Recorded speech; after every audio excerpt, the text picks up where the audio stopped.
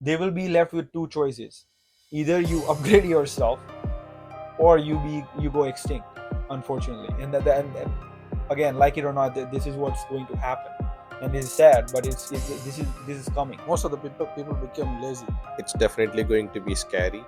I don't know how fast it's going to be. He retired at 58, by the way. By the time he retired, he was not.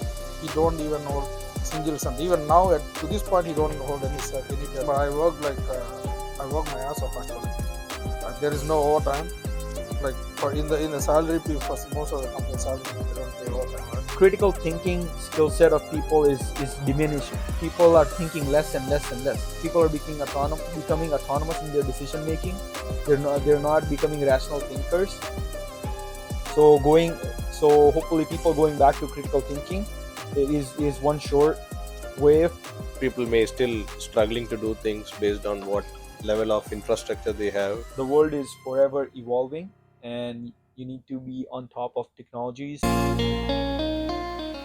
I found a news from Reuters. In their news, they said the Canadian economy added 90,000 jobs in December, which is highest since January 2023. And as we see, unemployment falls to 6.7%, which according to them is defying expectations. We will further we'll go into the details, but 6.7% is not expecting any. It's not defying any expectations. By the way, market reduces rate cut bets from 70% to roughly 61%. 8.8 local percent of local workers rely on U.S. demand for Canadian export. This is according to Reuters. But the thing is, so many students are coming out of universities, but there are no jobs in the economy. They're finding it very hard to find the jobs. Why do you think this is, and what's your opinion on the current job market in Canada? It's very safe to say, so Canada right now, um, it is not a capitalist country. What does that mean? Well, number one employer is the government. There's not that many private enterprises, just because the economy and the policies make it so hard for businesses to sustain and grow here. And that being said, I think that is a root cause why we see so many people still looking for jobs when they have, like, there's so many. It is a worker economy where, like, everybody just wants to work and nobody wants to build, because the builders are leaving the country, since the policies and such are not favorable, more profitable. I think that is the root cause of it all. That there is no doubt about it, that we are in a very, I want to say, vulnerable position. In the last 10 years, you can see consistently the investment from businesses have dropped significantly. A lot of investments have been moved to states where it is creating jobs for the Americans. We don't reward the builders, and when I say builders, you, like, anybody who wants to start out his own venture, startup, take risk. The economy, unfortunately, is not that rewarding, to the risk takers. If there is no risk takers in the market and everybody just wants to work, well, who's going to give the jobs? What's your take on that? But why are the university students or graduates struggling to find job in Canada now? There are different, I know, or like perspective that can be put here.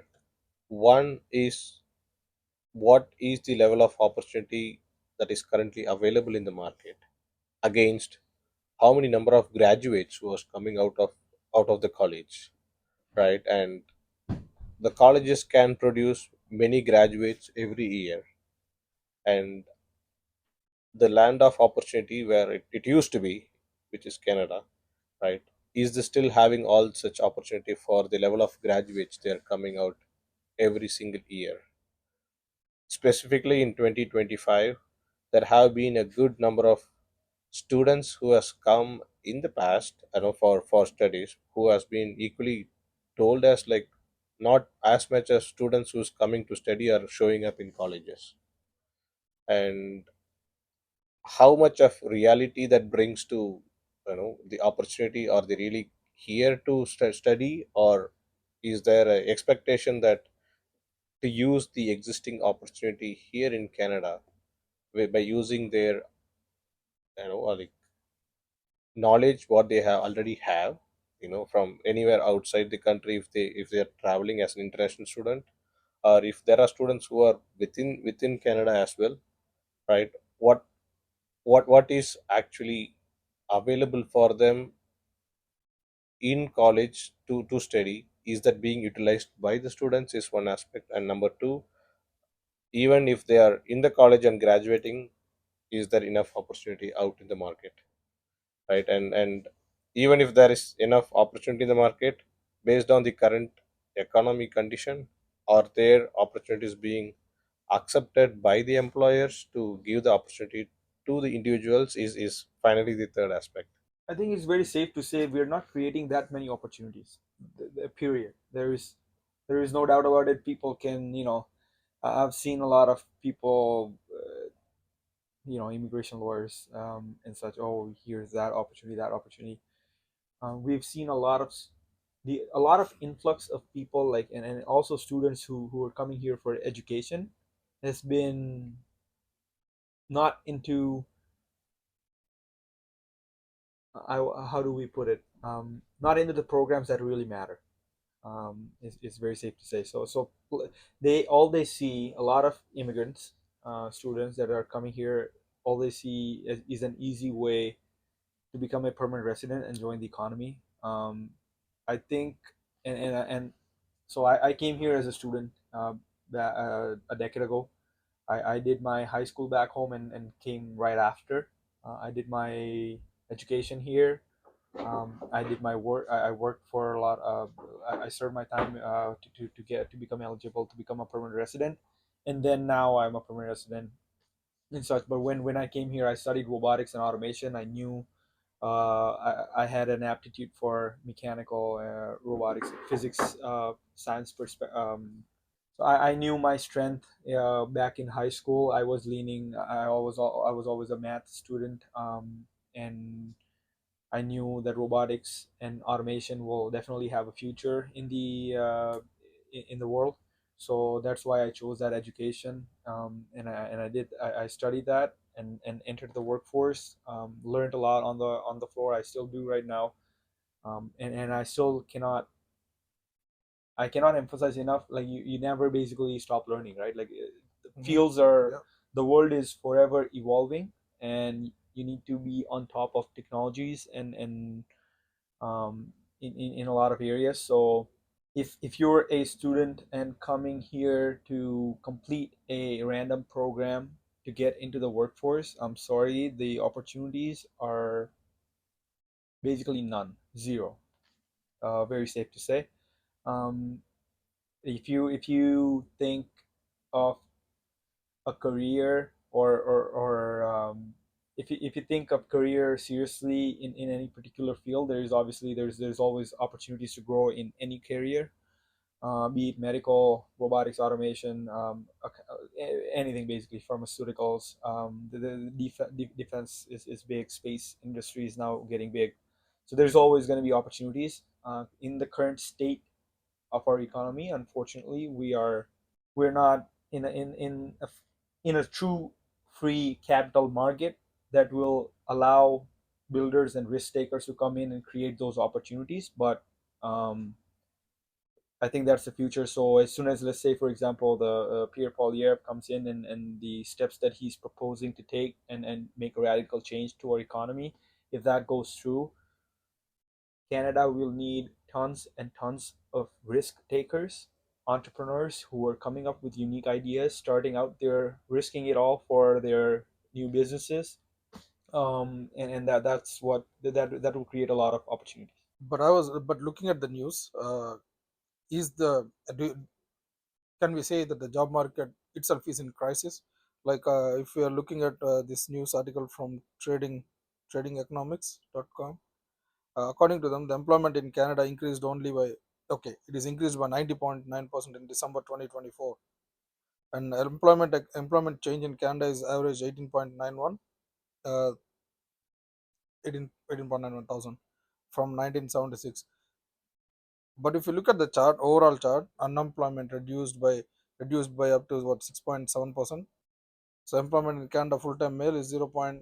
And that is for what October 2024. Only 9 million people got. How about what? And that's for the entire Canada. And how many kids are getting released from colleges on a yearly basis?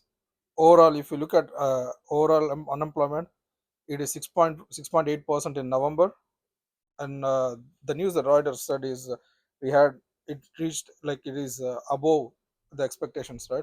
But overall is what is a 0.1% drop of employment in Ontario itself. If you look at Ontario, according to the same, it is 7.5 to 7.6 to 7.5. But the number of students they are coming in from the colleges, they're way too. And I was looking at the tweets from Salt, this table Salt guy. He shares a lot of. He'll actually take statistics from government of statistics Canada and different other sources, and he'll accumulate them into presentable form, right? And he shared this video. That is, I don't know from where. This is what in jobs in 17.5% of youth unemployment, and this is where in Toronto, I think convention center. That's the video that he shared. Somebody in on TikTok shared Here it, right? today at Metro Toronto Convention Center. Such a big line. And also somebody shared a video of job, not job fair, an interview in Tim I Hortons, or saw that. Yeah, Tim a lot Hortons of or people are Subway waiting for a for one job. part-time job. Yeah. Why do you think that is coming? And again, the temporary foreign workers. Well, That I is mean, the if you like, again, it's very easy to fall into the numbers trap. I don't care who says what. I'm a very simple guy. Like I'm a Gujarat. Like I look at I look at what's out on in reality. Like what's out on the streets, and it's everything. It goes back to immigration. We don't want to make the episode about the flaws in our immigration system and the mistakes that we've done, but essentially we have too many people than we can support, and unfortunately, so I'm sorry. Like we have we have a lot of people, but we also actually need a lot of people. But the reason why we are suffering so much is because we're not creating enough opportunities for these many people. So I don't remember the exact numbers, but for example, in 2016, we had like four youth workers for every um, retiree senior citizen. And in 2036, I think, or 2030, but it was expected that we will have only two workers per senior retired citizen. So where are you going to get those working class people, like workers basically, who are going to support the economy?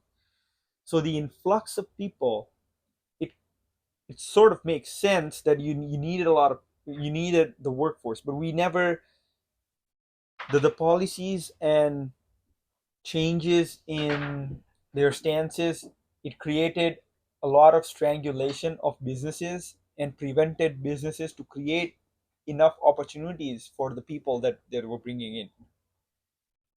And that's why you see a lot of lines, like businesses.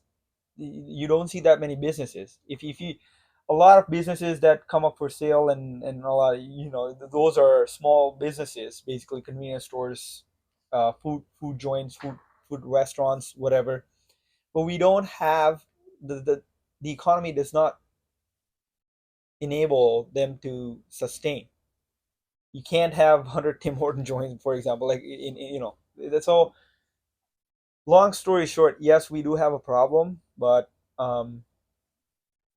in the future, I think enabling capitalists, giving freedom to the capitalists and the risk takers to take risk and create opportunities for the population, for the greater population, will be something to look forward to. So just taking Tim Hortons as an example, right? What type of job basically Tim Hortons has is to either serve the food which is already available or which is prepared inside that specific franchisee, and most cases students are being part of those franchises 90%. and which is good for the students when they come here and when they go to go to colleges. It helps them to make money when they do part time for the students basically. And when the inflow of people has significantly increased, now that opportunity has started being shared with people who are also already inside the country. Correct. Yes. And students are actually, I would say, they're trying to compete with people who already graduated or who has already get got into the country with their open work permit. And people with open work permit is equally trying to get a job. Tim Hortons is one good place where you don't need to have an, you know how to put it, you may not need it may not need to be a college graduate, right? Yeah. And anyone who can understand the process and the system can prepare the food, or even if you want to make a Yeah. You coffee. don't need to be a skilled worker. Yeah, Basically, it's a so minimum wage job. it will make, it's quite easy for the students, and it's not quite skillful. And they can equally focus on the studies, and to make money they can work in Tim Hortons. Now what happened was, totally, when there are competing people along with the students are getting less opportunities compared to the one who already have a work permit, who is still But can. if you have, sorry to cut you off. Basically, why are students who are on work permit now competing with other students that are looking for a minimum wage job? If they're on work permit, they should not be looking for a job at Tim Hortons, for example. They should be focused on the job that they studied and then got education for.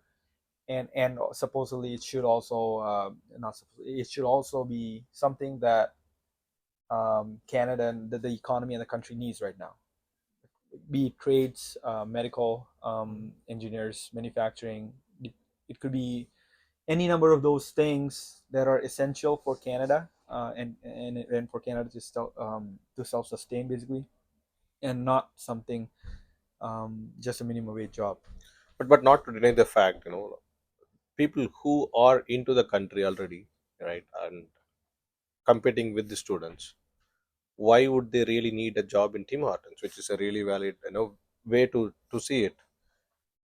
If I really don't see an opportunity for the survival, I agree. there should be a wage, Exactly, to spend. and that's why it is important that we got to that point in the manner as we did. So the problem is the government with its policies and structures and the I guess taxation. It does not create a good business environment for the capitalists or business owners. So, for example, right now Stellantis moved 1,500 jobs, was it, Yeah. to Yes. down south. So now engineers and whoever they just graduated, they just we now we're competing even more. So what is what is the solution to all of this problem? The solution is for government to take a step back. So government of Canada right now is the number one employer in the country. Mm-hmm. Yeah. In any free market capitalist country, capitalist market, um, the number one employer would be whoever wins the most amount of people. Like it won't be government. It's any company who's serves the most amount of people, produces more profit, etc., etc. The fact that government of Canada is the number one employer, and the businesses leaving our country unfortunately is a big red flag. And to Pierre's so what Pierre is trying to do now, hopefully when he comes in again, is take a step back, cut all the regulation crap, provide tax breaks to businesses, builders, home builders, and manufacturing and such, unleash energy and our Yeah. resources that we have. So that will create an environment where any risk takers can come in, because the downside to taking the risk has been significantly reduced by the government. That is the government job, and it creates environment for competition, for the free market to do its thing, and come up with winners and losers. I think that will be the future. But right now the problem is we are entrapped, in a I want to say state capitalist country or regime that is run by these radical socialists, and now we don't have that many risk takers because everybody's fleeing to other countries where their efforts are more rewarded. I agree with the government policy, the the statement that you made, uh, but also based on Bharat's topic, Bharat's point, Tim Hortons jobs and these jobs, right? People are looking for competing for Tim Hortons jobs and what are non-technical jobs, not, as you said, Yeah, the fact, like, unskilled jobs. sorry to But again interrupt, but basically the fact that we're discussing, you know, minimum wage jobs where people are struggling to basically keep food while other countries are barging towards technological revolutions. They're talking AI, quantum, to make developments in AI and quantum physics and such is the reality of the situation. That is the reality that we're in right now, unfortunately, where people are there is a cutthroat competition for menial jobs. what value does Canadian degrees or diplomas hold now? Are they losing their value, or are they outdated compared to? No, I don't. I don't agree with that. No, education, Canadian education, it is by far like Waterloo, like for engineering and such. Like we have some very good, like even University of Toronto, we have very good institutions. They have long history of success, and they are very reputable on world stage, not just in Canada or any other country. So and education is not something to be taken lightly either. It's not that, oh, you're gonna study for nothing, or it's not gonna matter. It does matter. You have to think of education as how are you going to use that education out in the real world? Like, how are you going to apply? You cannot sit back and just think that government or the economy will hand you a job on your lap. It's not going to happen. You are competing with a lot of people, obviously, and the landscape is constantly evolving and changing, and you need to be fast to adapt to the changes and grow with it. So education is not a problem. Education is very valuable in my opinion, still. And there is no downside to getting a diploma or anything. It'll give you the necessary hands-on experience with what's out in the real world. But still, for example, I saw a couple of videos on social media, say Instagram or whatever, where some kids who passed out from college, they're teaching other kids how to get a survival job, and these people are also crying on social media that they're unable to find the jobs. And what did does this? Some are engineering, holding their engineering degrees, right? Yeah, but it's And not necessarily a problem with the education or the system. You got your education, you got your diploma or degree. That is still okay. That does not entail the reason you don't have a job is a bigger problem. It's not as simple as, oh, education is not valuable. The root cause of the problem is we don't have enough businesses here. So if you look up a job, engineering job here right now in Canada, indeed, look up in near KWC, Guelph, anywhere. Look at the number of industries that current manufacturing businesses are serving. The top one, Ontario, survives on automotive. We are heavy automotive. We make more cars more than anybody, parts for the cars, and everything's sold. Majority of everything is sold down south. So that's the problem. But for example, now if you look for same engineering, mechanical, robotics, any jobs down in US, they have different companies that are. It's not just automotive, focused on automotive. Manufacturing is not just focused on automotive in south. It is they're building starships. They're mm, building Neuralinks. They're robot with robotics. They're building humanoid robots. They're doing a lot of stuff. Their defense is big. Defense industry is big. So in Canada, we don't have that diverse sectors that manufacturing businesses are supporting, and that's why you see a lot of competition. We don't have that many businesses, right? Like all we do is make parts for cars. So yeah, that's the reality. So like I said, the solution is to free open the floodgates, let the free market decide everything, help businesses establish here, make it easy for businesses and entrepreneurs to come up here and then take risks. We have extremely, this is actually an understatement, but like Waterloo, the area, KW, like Waterloo, especially Waterloo engineering, is called like Silicon Valley of Canada, basically. You have top Really? talent. Yeah, it's Is it? it's top talent. The robotics division, and then even data science and AI in University of Toronto. These are very very reputable institutions offering obviously invaluable knowledge, transfer of knowledge. So we do have a lot of skilled people here. There is the amount of people that are highly educated and skilled is unbelievable if you look at it. And the problem is we're losing those engineers to other countries Yeah.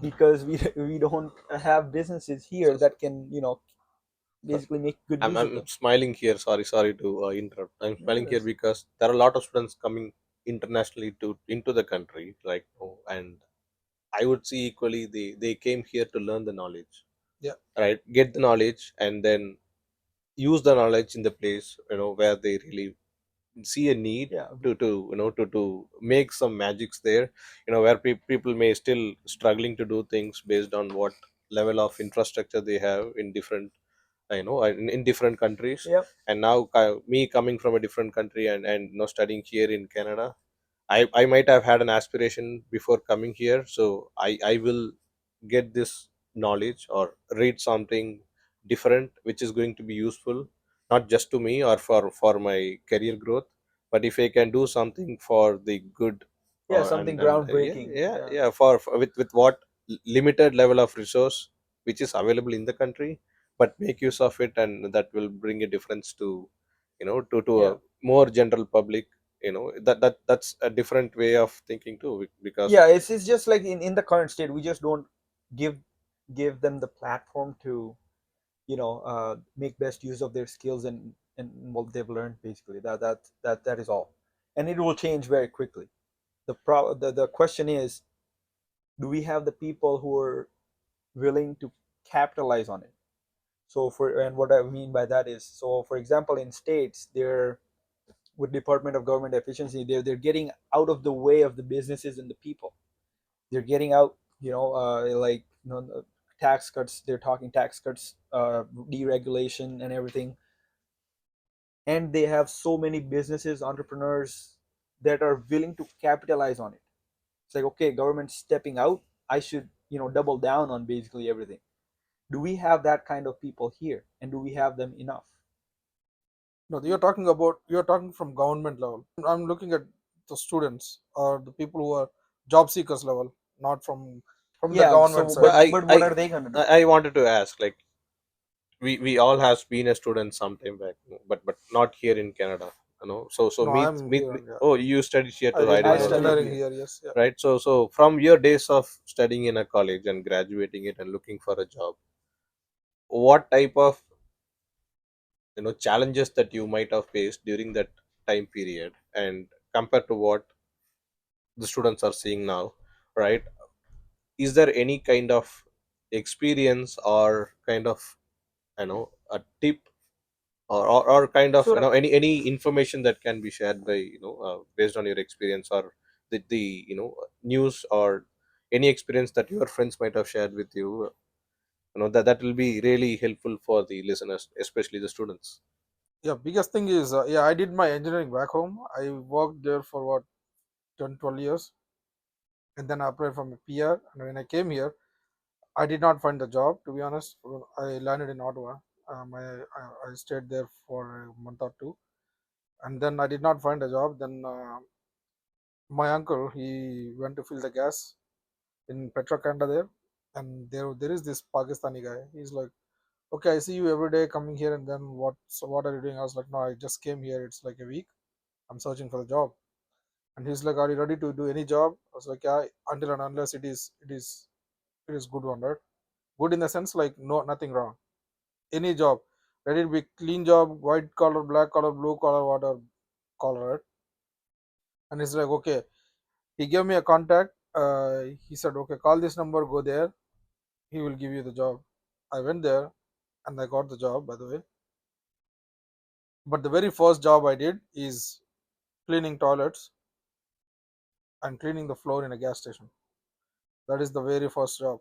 Did I do it? Yes, I did. I did the job, and then I moved to Mississauga. I did as a mixer, like mixing dough in a bread company, basically food factory. And then I know that I am into automotive sector, so I was constantly checking for the jobs. And then I got this job through a consultancy. I went into automotive field and whatever, and then from there I was like, okay, this is not enough for me to survive, because when I started the job, like minimum wages were like I was getting like $8 something in the gas station, and then it became 10, and then by the time I came uh, to actual manufacturing job, it's $13, and then it became 16, and then it grew, right? But the thing is, I came to understand that there is some deficiency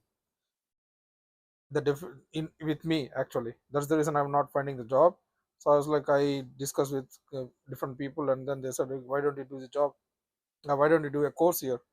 I was like, okay, let me do engineering again, because I think you were there in part of when we were discussing with Raj.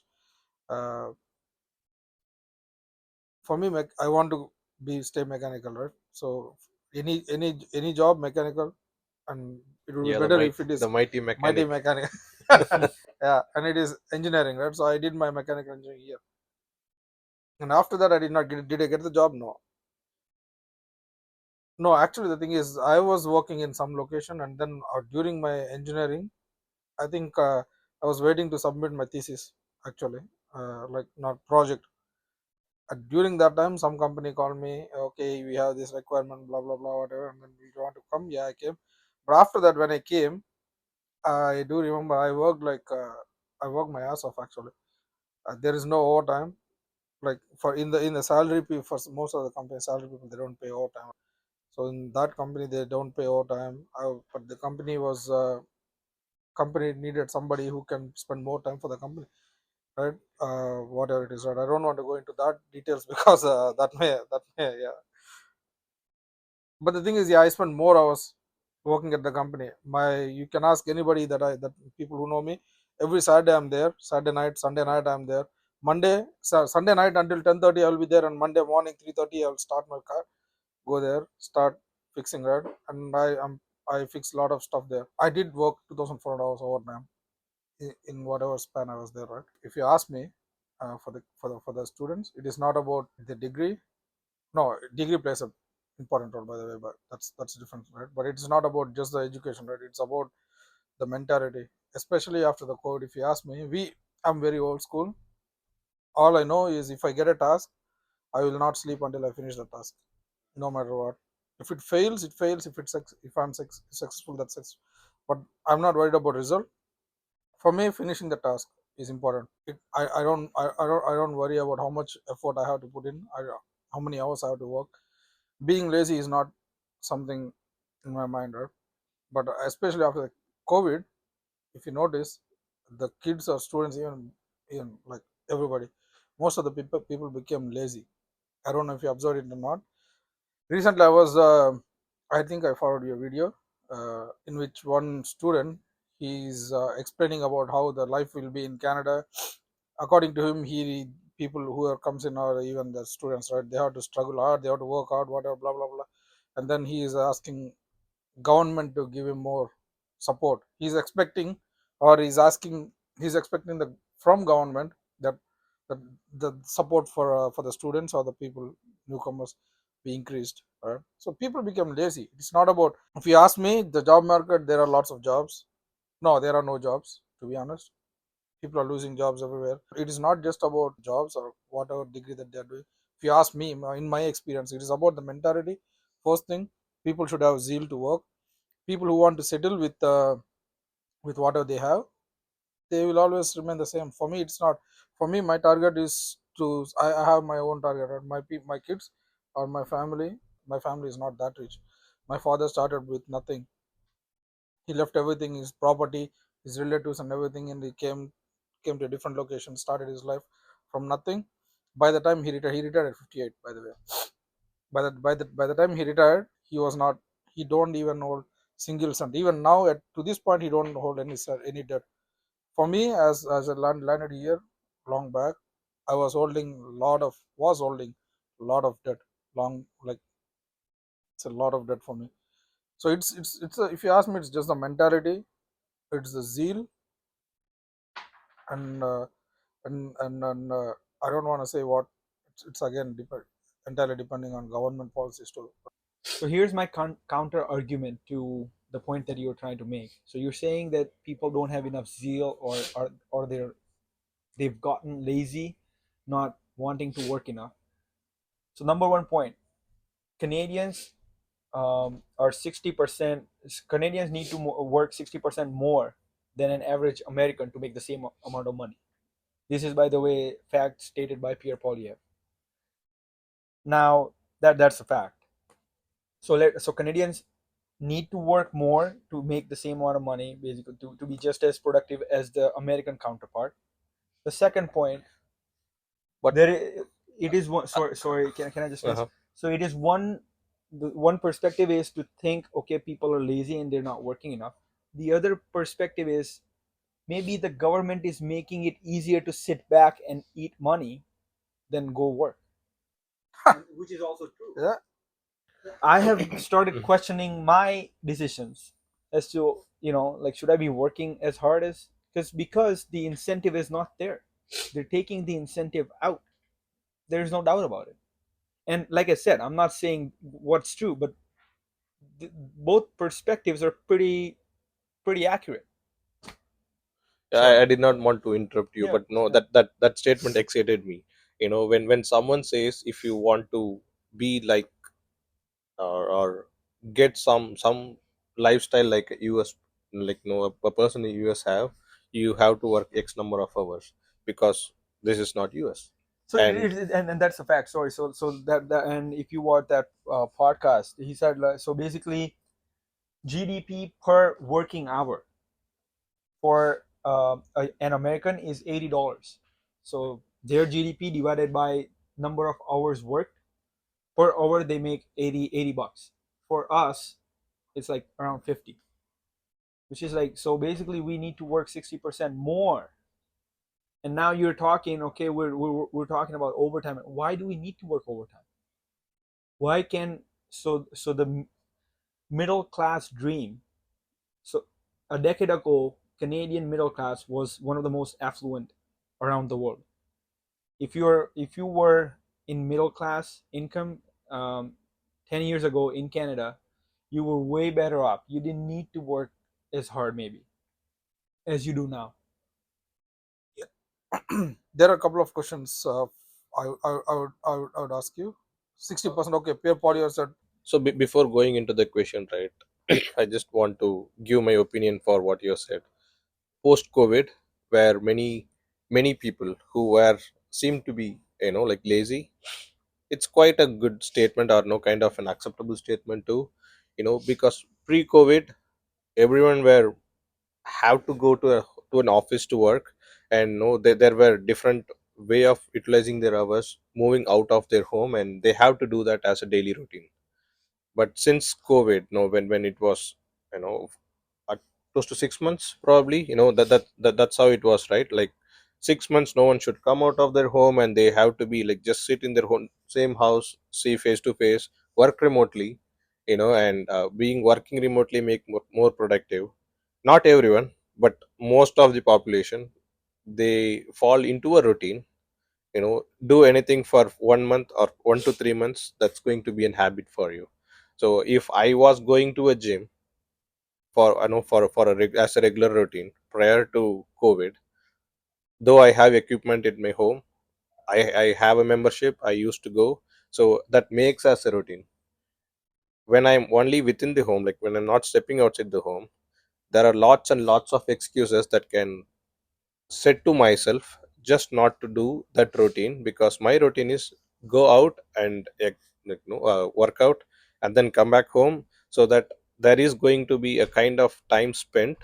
And I know likewise, if let's say exercise is something, so keeping it apart, if need to go to an office, again there is a routine. Excuse me, there is a routine where you need to get up, do your morning routine at home, get ready, drop your kids to the school, and then they rush to the office, do the 8 to 5 job or 8 to 6 job based on the shift, and then come back, enjoy the drive, or keep yelling at the drive, like the way how people drive about the traffic, anything. But those 2 hours or 3 hours of time was a gain to the people, during the time window. But it was it was not so much interesting being within the same, within the walls. So that made them to come into a type of lifestyle. Even I think up to 2023, 2024 probably, that's when some of the companies started bringing people into the, or like into the office. That too they call with the name hybrid, like working in the office only twice a day or thrice a day, so that they are trying to bring the same routine how it was pre-COVID, to get employees in the office every day. I'm mostly talking about the IT industries.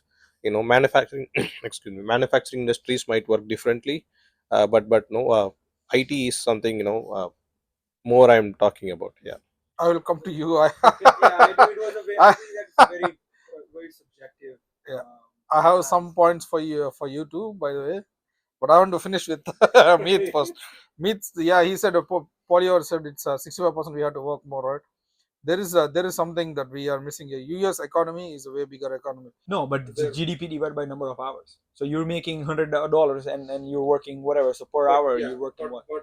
It depends upon the economy too, right? If how many companies are there? But it is What GDP per hour. exactly, like what is GDP The gross domestic product, whatever you're producing. It for could be. producing? That is where I'm coming. So let's say Where you is could that? have. We don't have much resources here. We do not have But much. you're also comparatively, you're also working less number of hours compared to US. The thing is, The denominator also moves with the yes, but the thing is, the opportunities or their economy is way too big. Their opportunity in the sense that, like, how many companies are there I in agree. US There compared, is no doubt about it. right? I And again, totally get here it. we only have very less companies. Majority would be in minerals and automotive, I would say, in Canada. Yeah. And what are the people are working here? Working overtime is my own personal stuff. Like it's my, see, I told you in the beginning, like uh, when I was explaining about myself, the reason why I worked more is when I joined particular company hired me, they gave me job because they saw something in me that they did not see. And by the way, before that, I heard before me joining in that company, that position is open for 1.5 year, right? And then for some reason, maybe God kept it for me. I don't know. But I got the job. It seems like I'm bluffing more, but still, like it's proudest thing for me, right? The thing is, I got the job, and then since they trusted me for something, when I joined there, I was like, okay, this is not wrong, this is not wrong, this is not wrong. When I look at the numbers as an engineer, what I do, I go most with the data. When I look at the data, okay, this is not good, this is not good, this is not good. And at one point during the COVID shutdown, there was a talk that, hey, you know what, the company may go close for some certain amount, certain period of time because production is low. The numbers that the company that where I was working, the numbers are not looking good, right? And the people employing, so employment is way too, like the number of employees are way too high compared to the production hours. So I was like, I will fix that. Not I don't say that I will fix that, but I have some tasks to do. Let me fix the whatever the system that I'm working on. And me along with I just don't want to say it's me, a couple of other engineers too. uh, they worked hard with me, we worked hard, we did a lot of overtime. And by the time when we started back after the COVID time, I heard that that company now is very profitable. I don't want to say that's because thousands of people are working there, but the thing is, I always believe that I contributed my 2,400 hours in order to rebuild that equipment or whatever that is making the production come, right? That is, at least I, it may not be true, it may be true, I don't care, right? It is, I feel I spend so much time, and that's what I always talk about that everywhere, anywhere I go. Anytime this topic comes, I'll talk to people. I did this, I did this, that is because that's what I did. But nowadays people are not like that. I was talking to many people, right? Like in the business too, by the after that I left that company, I thought I will go full time into the business and whatever. That's a different story. But after I left that, I was talking to people. When I asked them, in the particular business, in the line of business that I am now, you have to contribute at least this amount of money in this amount of hours on a weekly basis. People say, oh, I don't have time for that. Very first thing, I don't have time for it. You might have heard it too. But sorry, I want to step back. The second thing is, people people, it's not about time, right? The thing is, people should go from place to place in search of opportunity, in search of business. That is where the people say, I have to do so much work. That is not for me.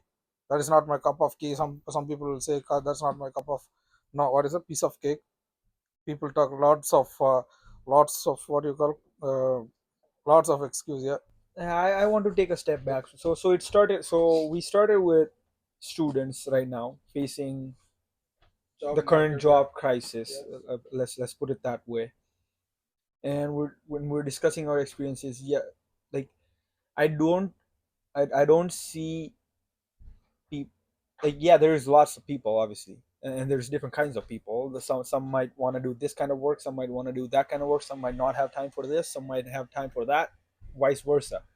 I don't think that we have shortage of hardworking people right now. I really don't.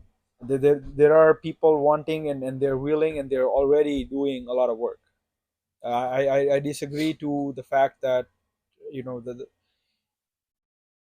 that we don't really have. I'm not saying we don't have lazy people. That might be the case too, but I'm not saying we don't have hardworking people. We have a lot of hardworking people. The problem is they are not incentivized properly to do their work. If they don't feel rewarded for what they're doing, then that if that incentive is not there, then it's gonna suck it out. So regardless, the the main focus, going back, so for example, from my, like you said, your experience, right? Like going back to how, like the challenges that I faced at the time, I graduated from the same program along with, I don't know I don't know how exactly many students I had, but basically I want to say at least 100 people that graduated with my class, at least, I'm saying. And they're competing, and again, this was just one program from one college. There is a lot of robotics program, for example, in multiple colleges, even in Ontario, obviously, like GTA, KWC, vice versa. So the competition wasn't enough. Like there was not enough competition. So basically, you had jobs, and there were a lot less people competing for those jobs. So the you got an opportunity easily. Right now, the fact that there is, those lineups that we're seeing, it tells you that there is way too much competition, for there is not enough jobs in the market. It's not a fault of recent graduated who just graduated from school right now. Obviously, yeah, the program matters. Like you need to be very careful. You can't just expect, oh, I'll do a business management course, and there's not that many businesses to manage in Canada. As we have students. So as long as the program is helping the economy, the skill is helping the economy, then there's future. Yeah, the biggest, I think the most sold course, I would say. I want to use the word.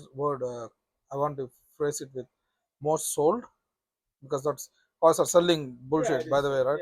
So I think that is general business, as you mentioned. Yeah. In the past, anytime I talk to students, ask, okay, what course did you do? That's general business.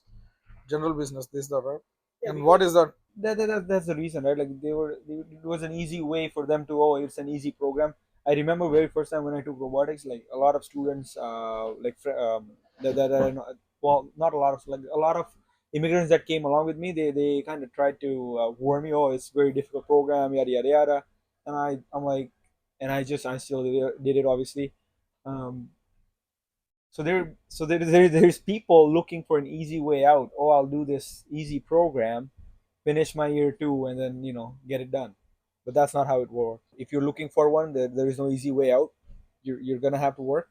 You're gonna have to find things that is adding value to the economy. You cannot just sit on the sidelines and expect to be taken care of.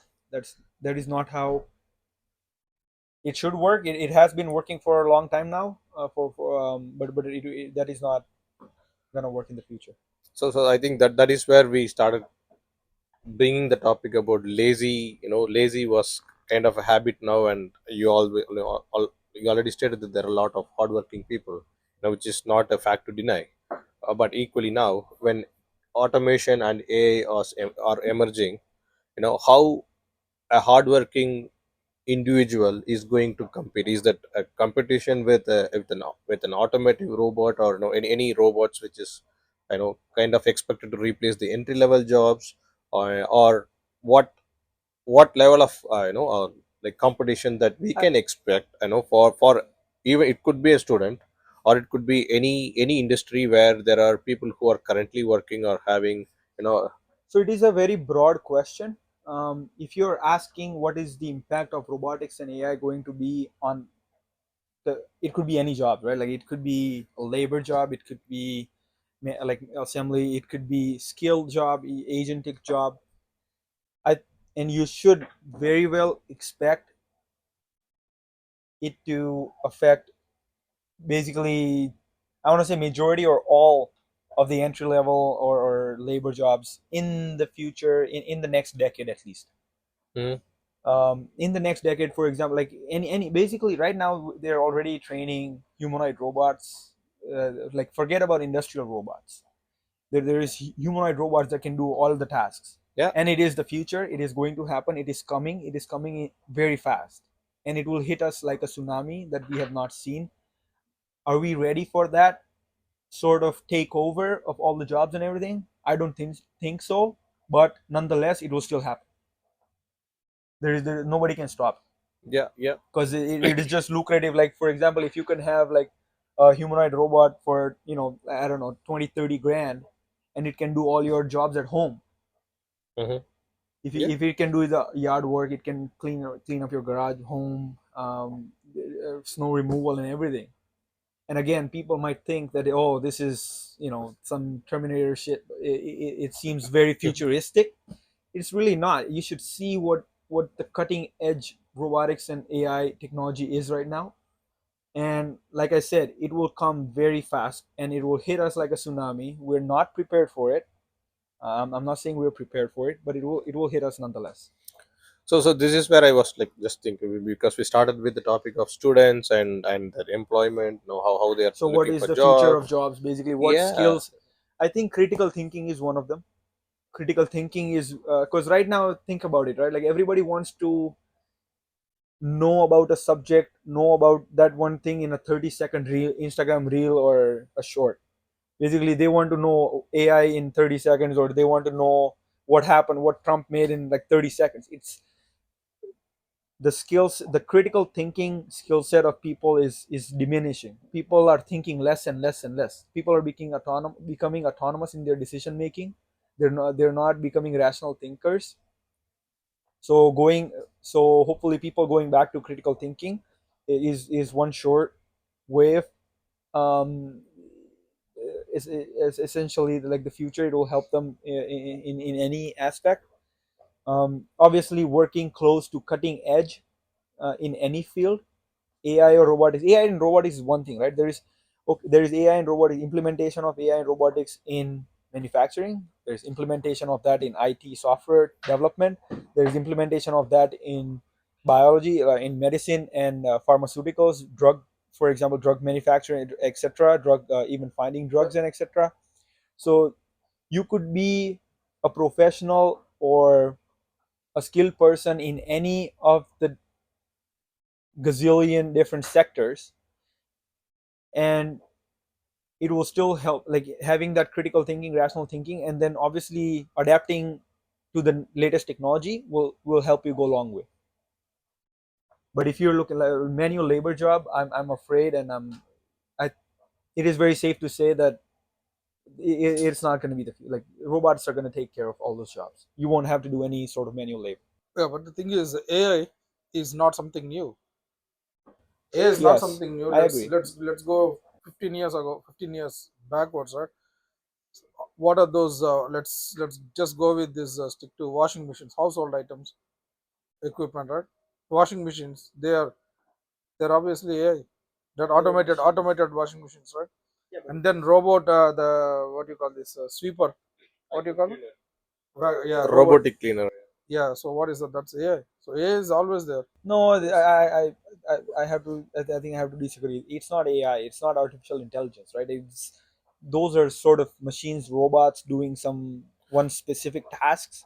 Kind of embedded systems, it can It's do just doing one routine task. routine work by It's just doing itself. one Yeah. task, just like a industrial robot doing painting, for example, or assembly. It's just doing that. It does not have intelligence to learn, to adapt, to change, um, to come up with questions. They're also looking at that. Right now, we're asking questions to each other. We don't know what questions to ask. Why are we here, for example? So that is where artificial intelligence is going to help.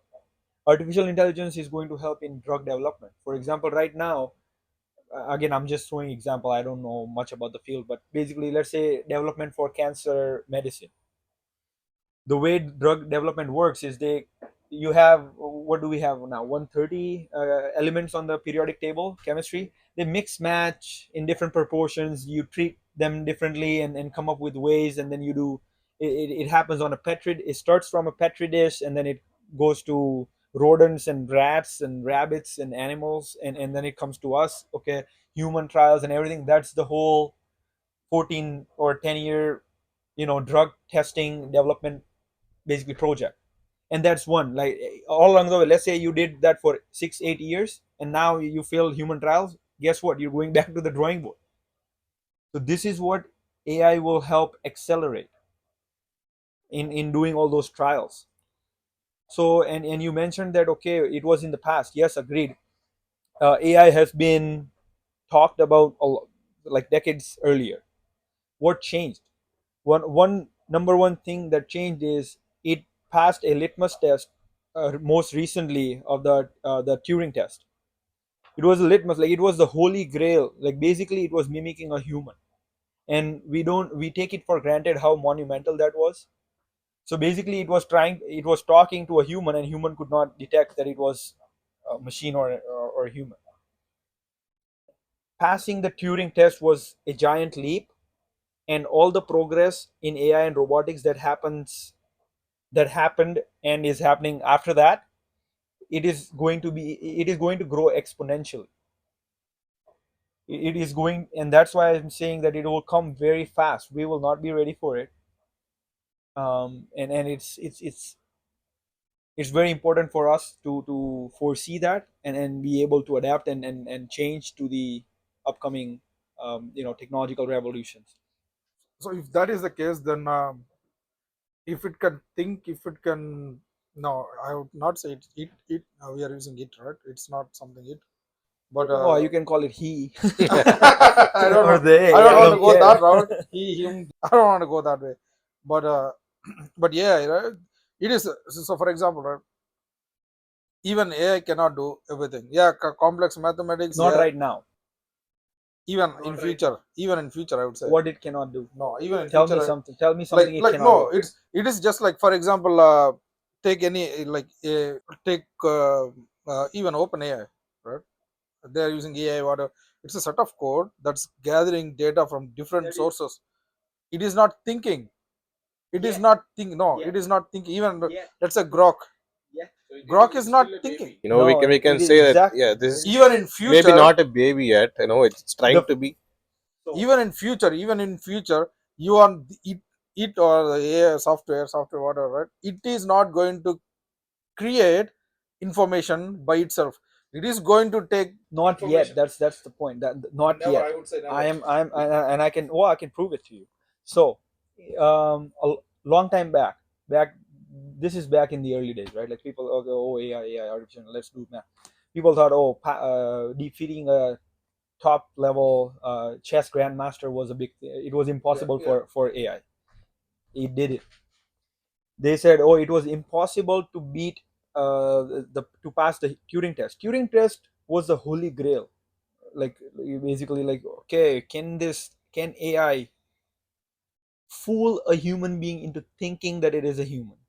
When you say that, like, you have to think about it. Let's say you call a phone, you call any customer service right now, you will most likely be able to tell, okay, this is automated message.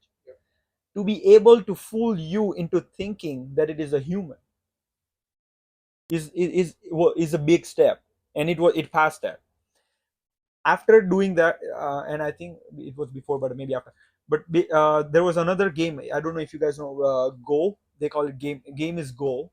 It is the oldest board game, older than chess. That was considered like it is the oldest game played for, I think, hundreds of thousands of years, and it was a Chinese game. They said AI will never be able to defeat a Go player, a grandmaster, Go grandmasters, or like pro players. They're basically the superstars in China and South Korea and like Asian countries. Google's DeepMind, they developed program. There is a Netflix documentary Alpha Go on it. They defeated a Go player. By the way, Go is not just, so chess is mathematical Exactly. I was about to say that. Yes. yeah, chess is mathematical. You're just basically thinking of permutation, combination, like number of plays. It's just thinking ahead. It's just compute. Go is different. Go, and I haven't, again, I haven't played it, but basically it says it, the way you play Go, it tells a lot about how you see the world. Basically it takes in how you take risk, and risk reward, how you think about moves and stuff like that. And that's why it was considered like the top, like holy grail, basically, in defeating it. But AI was able to do that. The current leading cutting edge companies that are developing these open models, they're not open models, but sorry, the large language models, you named open AI. There is Grok. X is developing. Yeah, Gemini is there. Perplexity is doing it. Perplexity. Do you know what the goal of them is? What do you think are they looking for? What are they trying to create? They're trying to create basically curiosity. Like, the goal of Perplexity, even Grok, is to get to the whole reason of why are we, understand the universe, why are we here, ask those intuitive questions that we always ask each other, talk about, you know and also ask meaningful questions. So Perplexity right now, if you, for example, go in and try and play around with it, it does cut to the step first. So for example, if you ask any questions on Perplexity, it will not, yes, you're right that it what all it does is basically it's scraping web pages after web pages. It's amalgamating data. It's developing its own level of understanding. It is going to the truth about the question, and it is giving you the answer. After giving you the answer, it's also doing the next step. And what is that? Is thinking about what the human might ask again. What would be a good follow-up question? Or would you like to do this? Would you like to know about this? Would you like to know about this? That you can say that, oh, that's just recommendations, but there is a lot behind that. It's not just random recommendation. It knows, it's holding the context of the question, the earlier question, and it can hold the conversation. So, yeah, the thing is, this is, you can say the same, like it is, end of the day, it's just the code which is gathering data. You are software engineer, so you should know more about it rather than me. I'm just mechanical. But still, what I think, it is calculated, it is gathering data. But yeah, the speed, the rate of speed, or the rate at which it is pulling the data is, yes, that is very good. That is really quick and very fast, right? That is something new to this generation at least. But by the way, Google is also doing the same. Google search engines are also working the same, and also gathering or recommending stuff based on that is already, let's say, uh, we are browsing something on a web page, and whatever the ads or whatever that is coming or whatever the stuff that we see afterwards, every time we open page, that's the same. It's just the code running itself. That Could is be an not right. It's algorithm. not. It's sorry. It's Yeah, not it's just. algorithm. Yeah, It's code. not just the code. It's not just the code. So when you say it's just a code, it's very simplistic statement to make. So for example, and I can give you a simple example. I can program the robot to do a simple task. Okay, pick up the phone, put it here. That's code. You know exactly what it's going to do, what not, etc. When you code neural networks, when the when they're programming the neural networks and everything, it's basically black box. A lot of times reinforcement learning and everything, yes, reinforcement learning, there is also, again, I don't want to get into the details, but basically there is also a reward where it's, and that there is mechanism why it's coming up with the shortest path, etc. But essentially it is a black box. We do not understand how it's coming up with the answers. That is where the random part comes from. That is where the next cutting edge, solutions to a lot of problems will happen. That is where the artificial intelligence comes. It is said artificial intelligence because there is intelligence to it. It's not just a random code that functions algorithmically. It's not just a said, oh, do this. It's not a step by step task. It is just fed all the information, but the way it comes up with the answers is on its own, and we don't really understand how. And that's why people are scared that this might go out of our hands and do something bad for humanity than doing good. I'm just trying to go with the example, right? When you said AI cannot, it's not likely possible in future. 30, 40 years ago, that could be the case for a computer where you need a very big room Exactly. to just to have one single, like computer, or if you want to store like bytes of data, but over a period of time, 30 years fast forward, you carry 1 terabyte or 2 terabyte of hard disk just in your like back pocket, right? People did not think it is not possible. So there are research still ongoing, people are trying to do who which is told to be not possible to achieve. That's where all these graduates now people who are learning. I don't think the students are learning what I learned in my college, or whatever I have learned during my college days. And now the lifestyle have changed, infrastructure, not infrastructure, like the technology has changed, and there is a look forward towards especially robotics, and let's forget about a robot which is going to replace work of human beings. But in general, even when I was a kid, right, most of the boys will like remote cars, right? And now think about having a car through AI. Not I'm not going with an employment. There could be people who will think about have a game where you can control that game through your mind or with your thought process, Oh, it's already done. right?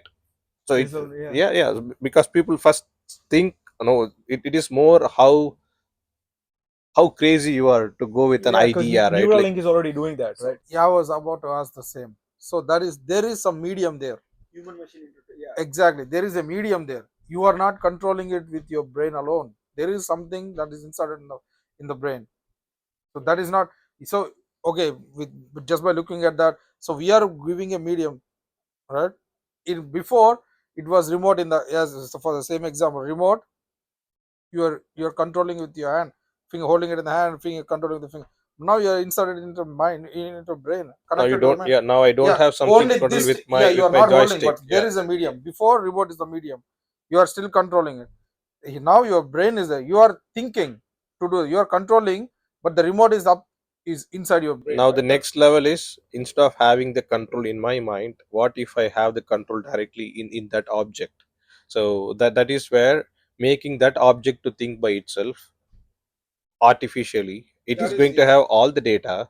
Like I do not have actually, if there is going to be any common question out of the subject I know, first thing I can go do is try check in the Google, right? Yeah. I'll do a random check. It could, no, it could be anywhere in the, in open a browser and type some kind of question.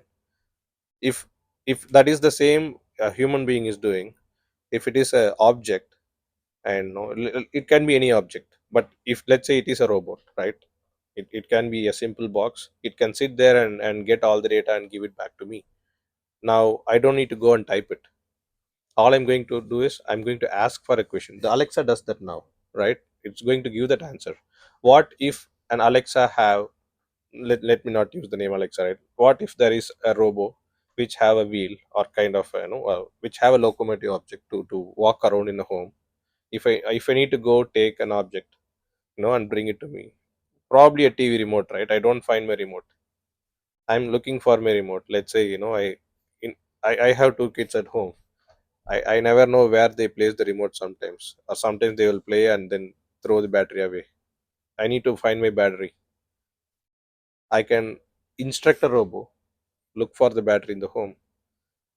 Where a human eye cannot scan, it can scan through. It's not just how to put it. It's not about one feature in that robot, right? The robot may have multiple features. How we are making use of those features, it's going to be from the brain of the person who is coming up with an idea. What am I actually making it out to get the efficient output, or to make that product more productive when it comes to be more commercial. End of the day, no matter how much you argue, right, it is just an algorithm written by somebody or some institution, organization, or whatever, that is going to control that whatever software or robot or whatever machine that we are installing, where we are installing that. It is not going to be anything other than that. Okay, it does it, is that doing complex math, what you call this, calculations? Yeah, that is doing. Again, it's doing with that code. Yes, that is how the code is written, right? And then is it doing complex computations, like pulling of data and whatever it is, right? Yes, it is doing. Yeah, I do agree with that. But end of the day, for example, recently, I don't know if you know it or not, Gemini, I think, is Google's AI. Type in, search, show me the pictures of King of England or whoever in the past, right? All you see is people from, or I don't want to go into the topic, but still Africans. Yeah. Where is Africans there? It is not thinking for itself. Somebody wrote that No, bullshit. that's right now. No, I strongly disagree with that. It's so so in its current state, are there flaws? Are there biases? Are there hallucinations? Yes, AI is not perfect right now. The goal of and it is so tempting for us humans to pursue that artificial general or artificial super intelligence, as they call it. And why are we doing that? For example, and I'm just stating example how it will work out. For example, like I said, drug development. For example, you will give AI, you will feed in all the elements that you know. Okay, this is what I know.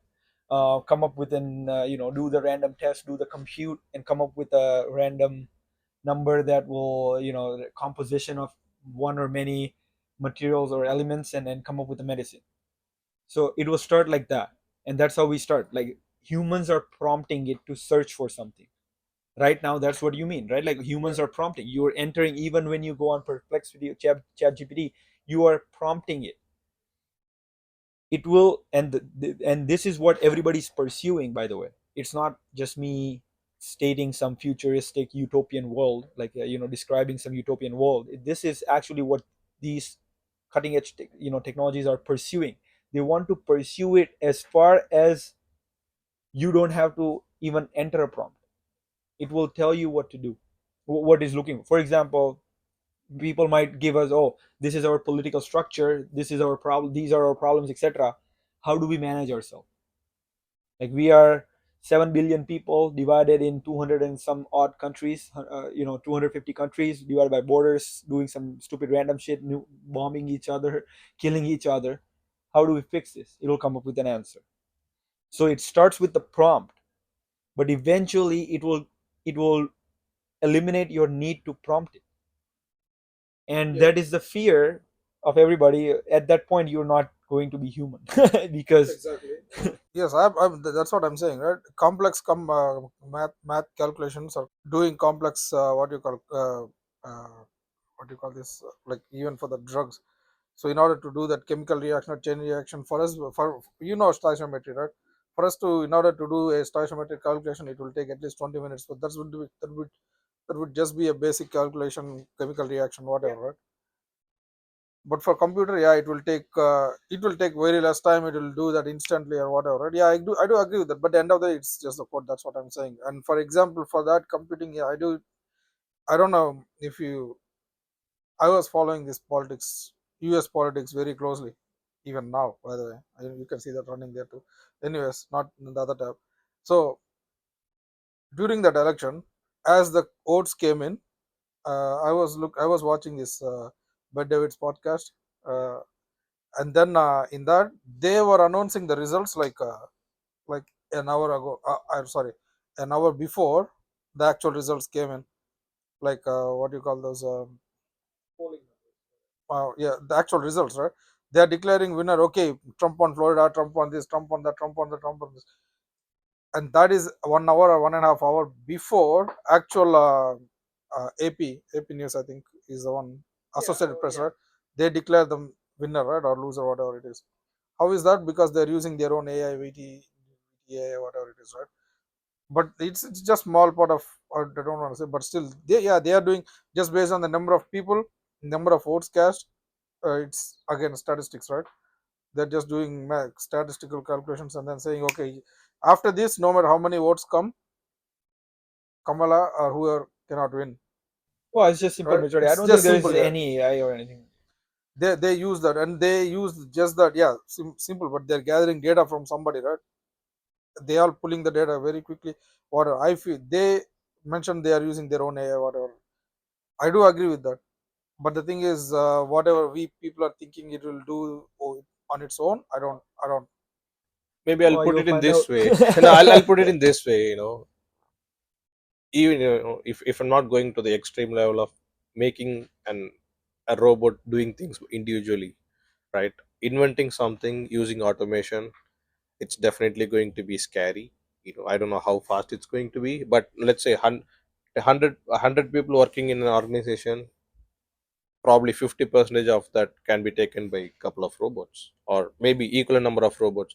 Once it become mechanical, not having a human in the place of an industry, it's not a wage paying to the person who is living for who is living to for as a breadwinner for their family. It's going to be a mechanical service for the robo, and it will eventually not go to the family or to the individual as a a monthly wage or a weekly wage, whatever the wage, however the way they get paid.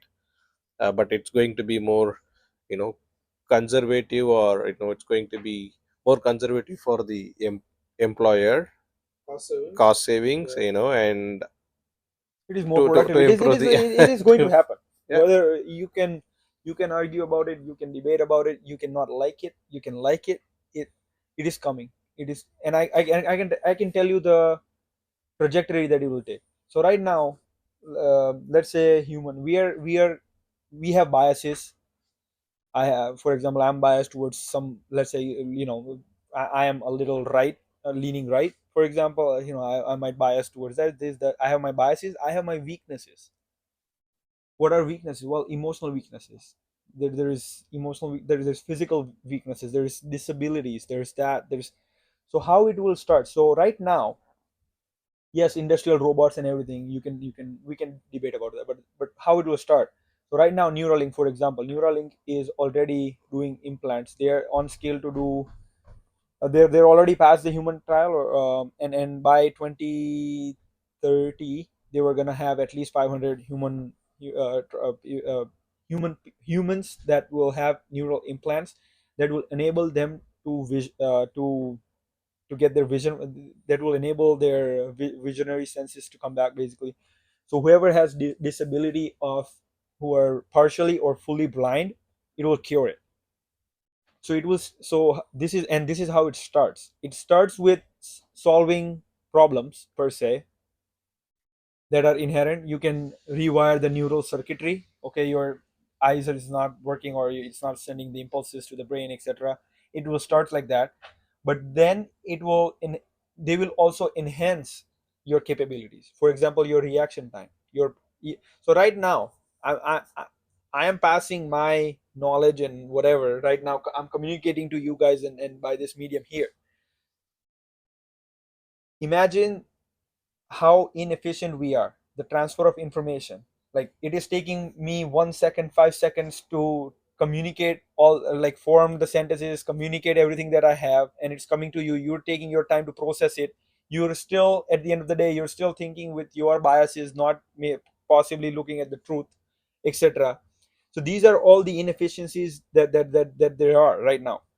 When you have a neural implant, it will basically enhance your capabilities far.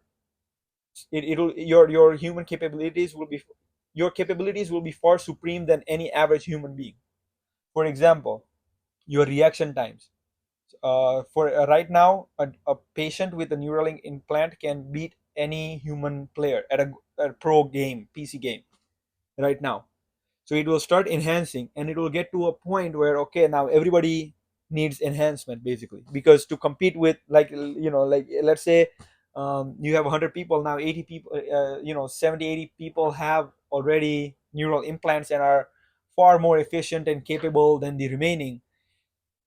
They will be left with two choices: either you upgrade yourself, or you go extinct, unfortunately. And again, like it or not, this is what's going to happen, and it's sad, but this is coming. So let's say you got neural implants now. Okay, you are enhancing your capabilities, right? You're doing tasks at superhuman speeds and efficiently. You're communicating efficiently, right? You're passing information. Now you're still bound by your physical capabilities. You don't right, like you don't have, you're still asking, you still have your own biases, right, like in your decision making and everything. So what do you do then, once you have everything? So let's say you have neural implants. Now what will that happen? Now people will come together and say, okay, let's say the left and the leftist and the rightist, let's say everybody gets fed up. They're like, okay, we all have neural implants, but it's getting very hard to control, like, know exactly what to do in a political scenario, let's say in a country, for example. Now what do? You come up with an algorithm. You can call it algorithm, but you come up with an ASI, artificial, that governs everything, that it will own. And again, if done right, is very big statement, if done right, because it can blow into our faces any second, any time, any fucking, and it can blow out of proportion at any time. But let's say in the good scenario, in the best case scenario, let's say you develop a very good ASI, artificial general intelligence, that is governing everything, that has access to information, that has all the compute that it needs. Now it has everything. Now it does not have inherent biases like you or me. You might be leaning towards Kamala, Trump, Pierre, Trudeau, whatever. It does not care. It is the sole goal of that AGI, let's call it, is prosperity of majority of the humans. So, and making human, progress of humanity. So it will cut all the bullshit, cut all the biases, and it will come to the answer without any. And that's how, it will come up with problems, or it will understand, okay, these are the problems that currently facing. Then it will come up with its own solutions. Then it will find it's a different problem, then it will come up with that solution, for example. And that's how it will start thinking for itself, and coming up with ways to Yeah. help humanity. Yes, I agree to the most part. But end of the day, you came to a point. Some AGI is coming. How is it coming? We are going to develop it. So it's a program. It's an algorithm. Yeah, but the So way it end of comes. the, yeah. But yeah, you Argue programming, whatever, but right? no, but Ar- yeah, you're programming to take the bias out. If you don't, it's not like you programmed ABCD. You're just giving it A. You're saying you need B, and it comes up with B or C or Z in the between. yes, that is where the programmers come in. and it depends upon whoever is coding it, not coding, I would say, whoever is writing that. Yeah, it is very it involves very high responsibility, Yeah, that is accountability. where Yeah. whatever these people, I saw this Elon Musk and who are not Sam Altman and then few others, they were sitting in front of Congress and arguing that the AI is dangerous, this that. I may be ignorant, I don't know, I'm a mechanical guy, I'm not into programming or coding or whatever, but what I feel is end of the day, okay, for example, Neuralink, you insert a chip in your mind, anybody can access to that, can control that. Well, anybody in the car right now, Tesla can drive it. Yes. You can't get access to Tesla. So again, like so you're talking about different problems. So security and everything is Yes, that is something different. Yeah, see, I don't know. I was watching this this news the other day. It happened like five years ago, 5 or 4 years ago, maybe. Some guy, some reporter actually asked some question to somebody, and then he gathered a lot of valuable information which is against that guy or a girl or whoever it is. And then this guy is traveling somewhere, and his car suddenly picked up speed, and then it went up to 140, 180, I think, and then hit the car by it lost the control, hit the tree, and car became very that like unnoticeable. That guy's dead on the spot. Right? But later somebody, when investigating, during investigation, somebody asked the question, can somebody anybody else can control the car? And then what the company came up, somebody like the manufacturer, if that car has a computer, yes, it can be controllable, right? Even Tesla people are saying, okay, this is yes, exactly. So the same comes to Neuralink too. right now. That is the reason I think they are saying Security is also a big part, and security is not, it's not a small job. Yes, there are, we make mistakes. Just like anything, mechanical things fail. It's not just the code that fails. Mechanical things also fail. yeah, mechanical things fail. Yeah, I do agree. But end of this, so we'll come back to the topic of today's discussion, right? Okay, so AI is coming. Is what will be the impact? Already people are struggling with jobs. How will this impact? You already said this is going to be insecurity. In terms of security, it's way too dangerous. That's what. Recently, I was looking at this Amazon facility. It's not recent, but I knew about that before. But I was because the company that I worked for before, not here but back home, right? They are the one who are supplying that plant or from the facilities order. So AGVs, augmented vehicles, right? So they are obviously they are AI kind of, not AI, I would say, not yeah. So they're not fully AI, they're robots, yeah. It doesn't have a brain of its own. Exactly, yeah. So when they were introduced into the market, Amazon ditched so many people. So many people lost their jobs. By the way, they are minimum wage jobs, whatever jobs, but people are depending on those jobs. Amazon fired many people, and then they installed these AGVs, or they started putting this into the workforce. And now with this AI, what is going to happen? What do you think will happen? It's going to decimate the workforce. Um, not it won't happen all of a sudden. Personally, but there will be.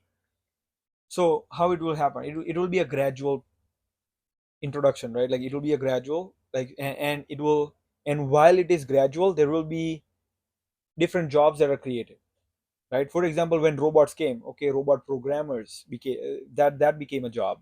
Maintenance of robot became a job. Like, you know what I mean? Like, so there's always going to be jobs in the transition period.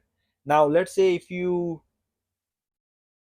want to look at what the, utopian, like what's the destiny going to look like, what's the future like future going to look like. Well, there won't be any job that a robot can do at that point.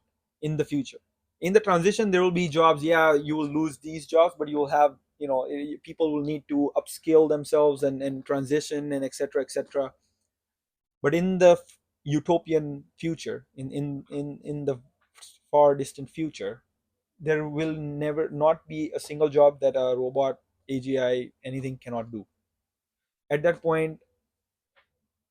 So I think majority, like, it's very probably controversial to say, but basically it will be universal basic income is coming, I think. I was about to ask that question now. Well, it is, I see it as it being inevitable.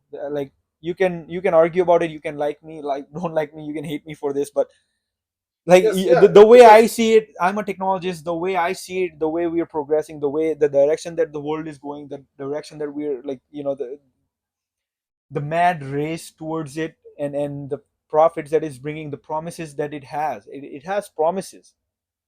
There will be abundance of everything.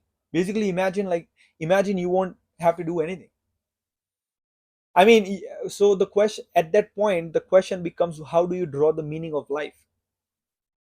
Because right now people feel worth by putting in hard work, and they come home and they feel satisfied. Okay, I contributed to whatever job and task or project, or did. So that's how we draw meaning to life.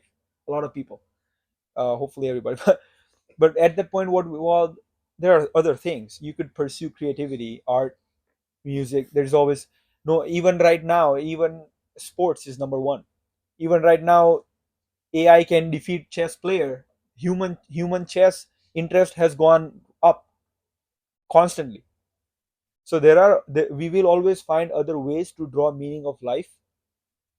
Um, but your traditional job, everyday job, as it stands today, and as I can foresee, I think it's gone. I on the same way. No, I don't see that happen too. By the way, not fully, because even if universal income comes in, whatever, even They if will that have to. come, even if that come in, the economy should run. If all the jobs are lost, if robots are working, somebody should buy the product. Yeah, so Who is consumers are there. no? Who will be the consumers? But what do you need? Yeah, you can no. But so how? So what? How will the economy not function? So what is required for the economy to function? Just let's go with that discussion. Well, essentially, if you look at essentially, you just produce what you need and consume what you produce. Okay. That's how the economy functions. Yeah.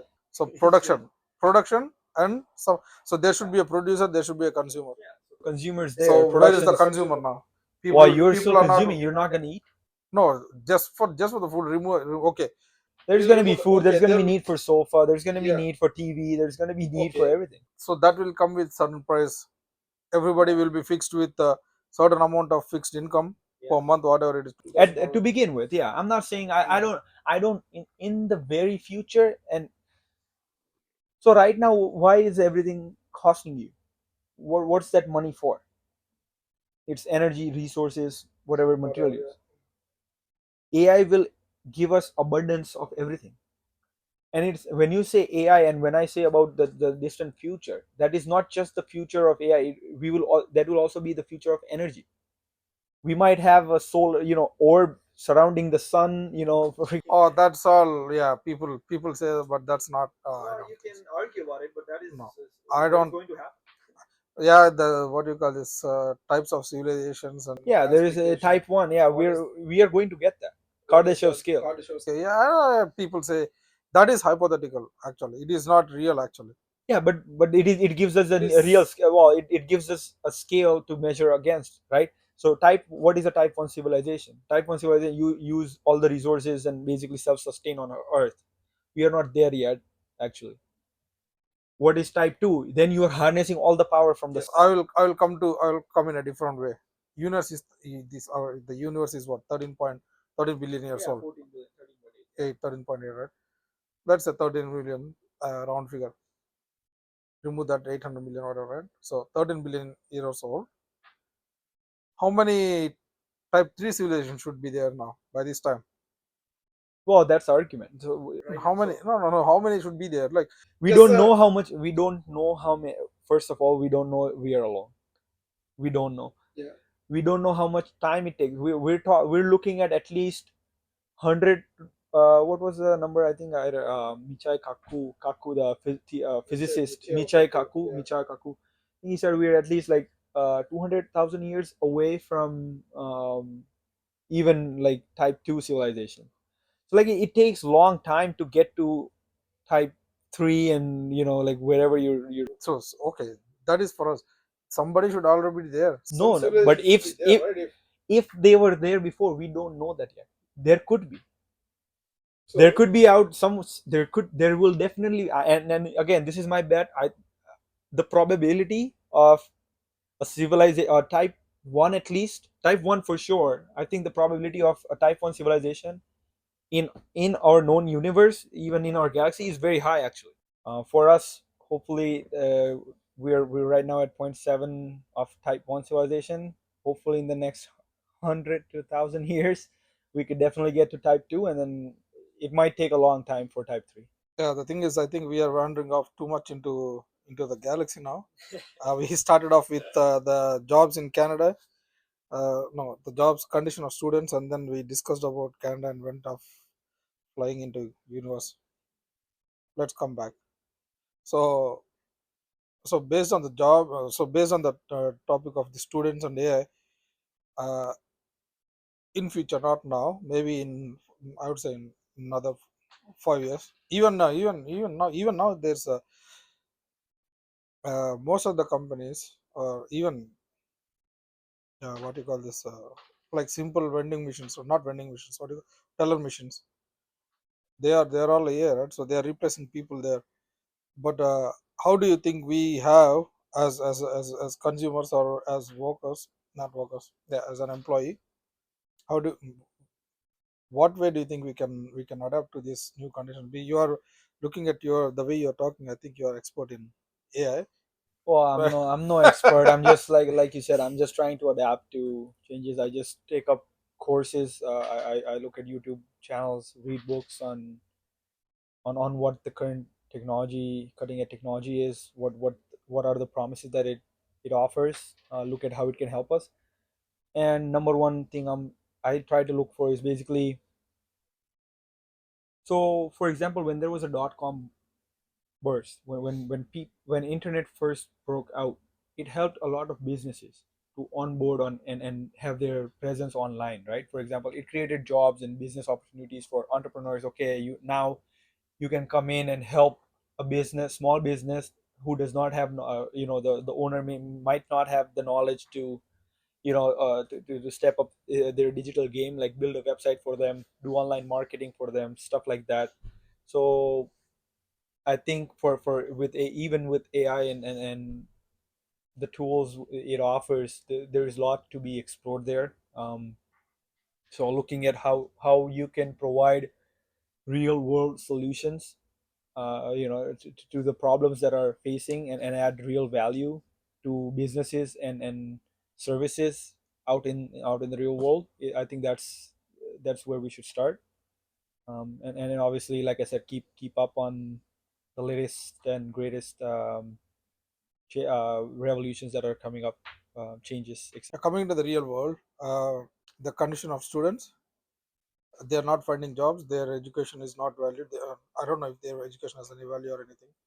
I do not want to make a comment on that, but colleges are, Depending on what education you got. exactly. So colleges are bringing them from whatever location they are.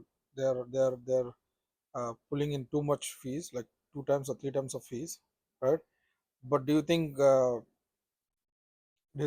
these kids were given with some false promises in terms of life in Canada, or doing a course in Canada, getting a degree or diploma in Canada, and then uh, were they shown uh, like uh, like a dream future? I don't know. um I don't know if I would go that far, honestly. Like I know government didn't. If I was back, because I'm just trying to think of my own example, right? Like if when I was back home, like I didn't see government of Canada advertise or promote coming here and getting education, for example. Yes, I saw a lot of people going, and you see a lot of agencies and people that are sponsoring, helping people do IELTS or English, whatever the classes, exams, and helping them sponsor and work, basically. So a lot of those people might be selling. I can believe that. That is definitely also that is probably true. So a lot of those types of agencies selling the fake promises is more believable. It is definitely more true, I think, than government. I don't think government has any part and any part playing that, that game. So it's it's sad that we are here. Honestly, if you, like I said, if you came here in Canada thinking you'll just you'll just take up a easy course, something that's doable in a year or two without understanding its broader applications in the Canadian economy or even elsewhere around the world, I think I'm sorry, you're out of luck. Right? There is no easy way to put it. It is sad, but it is true. It at some point it the boiling water tips out. Yeah. But just to You know. continue what Meet said, right? The agencies, what they offer to student, what they basically offer to students is, I'm seeing in this way. There are many programs available in colleges. Most popular programs are already being used by the students, or which is already popular is going to be filled with the seats. And now there are agencies who are kind of giving an offer to the students who are really hunger to study abroad. They, what they see here is, though I am willing to read or willing to study in a specific stream of, a stream of knowledge. Yeah. Let's say robotics is my favorite, but robotics is very very popular here, and the seats get filled. But if you really want a degree in Canada, and this is what available. But if you are here after you finish the course, or after the graduation, on that line of study what you did, there is this is a land of opportunity, and which was true few years ago. It may be still true. 10 years ago. Right, it may be Yeah, still 10 years. true. I'm hoping for the In the best future, in, yeah, yeah, in next few but it will, months. yeah. Yeah, in next few months, I'm just hoping for the best. But as far as if you ask me, I would say kids came here, or the students came here. It's not I don't want to say everybody, but most of the people came here with kind of false dream. I do know some people who left already back home. Uh, People came here thinking that the life in Canada will be easy, or life will be like how we see in movies, right? Like people going with whatever background from a village and then coming back like Ambani's almost. Kids had their own, or I did hear that somebody from back home said there is this visa processing center. What do you call that? VPS, VKS, whatever. VPC, I think, visa processing center, whatever, right? Anyways, yeah, I heard. He told me that not now, like a year ago, 2 years ago, I would say, the people are like apply to Canada, right? Like your life is going to be like this. Apply for this college, that college, this college, and then I did met with some licensed, basically agents who are driving kids to particular students, right? All they do is give their contact to somebody. They will promote this guy from back home. They will get the kids in touch with these people, and then they will sell whatever course it is, and then they will come here, and then after that they are left alone. Yeah, so if you ask me, most of the kids came. Most kids came willingly. Some people were just bought, like they were just thrown into this. Well, they have their own business. They want to sell. They want to sell. They know it's easy sell. You sell a promise to, okay, you're gonna have a better life there than here, yada yada yada. It's very easy to believe. Obviously, it sounds it sounds very promising. It's always the West has always eluded us in India back home. That they're all it's the land of opportunity, yada yada yada yada yada. But knowing the reality on the ground, it is very important. And the reality on the ground is, if you're coming here just for as a worker, as it stands today, the current economy cannot support just workers. We have way too many workers. We need builders, people who are willing to get their foot on the ground, hands dirty, take risks. Hope and again, this is still contingent on Pierre Polyev coming in and opening all the floodgates of business enterprise and etc. capital markets, and etc. So this is still contingent to that. As it stands today, this is just a workers' economy, but we have way too many workers and less businesses. Government policy, yeah, you say that. I agree with that. It's just I want to repeat that It is one of the result of failed government policy, by the way. And Pierre Polier coming and saying something, I don't know if that will even help, because these people are paying too much in fee. I don't know how many, like what, 30 billion or 34 billion is the is the is the is the student fee yearly. Billion overall, yeah. I don't know. I I think in don't know the Ontario, total what is. I Ontario. could believe that, but it's easy. Like people like when I was here, when I first came here, the course was 7 grand for our yeah 7 grand per semester for an international students and something around 2 or 3. So it's like 2 to 3 times at more than what a domestic student pays. And now even they increased the GIC amount limits, etc., whatnot. So Pierre Polyev comes in, hopefully opening the floodgates to the free businesses. We'll move away from Pierre Polier. Whatever Pierre Polier is doing, that's fine. Whatever he do, Going to do. is yeah, he's going to do, yeah. Whatever he promised, that's for the future, right? We don't know if what if. Let's think about the different scenario. What about what happens if let's say this Chandraria is coming now, people are pushing him, and what about if he wins in a minority government like our previous boss? It's still gonna suck. So if you're asking what's the current scenario and what does the future look like for current students and etc., it does not look very good. It does not look very good for even student who came 10 years ago. Right now, so I came here a student in 2014. I did 3 year advanced diploma course and then entered workforce somewhere around 2017 2018, and I've been working since then.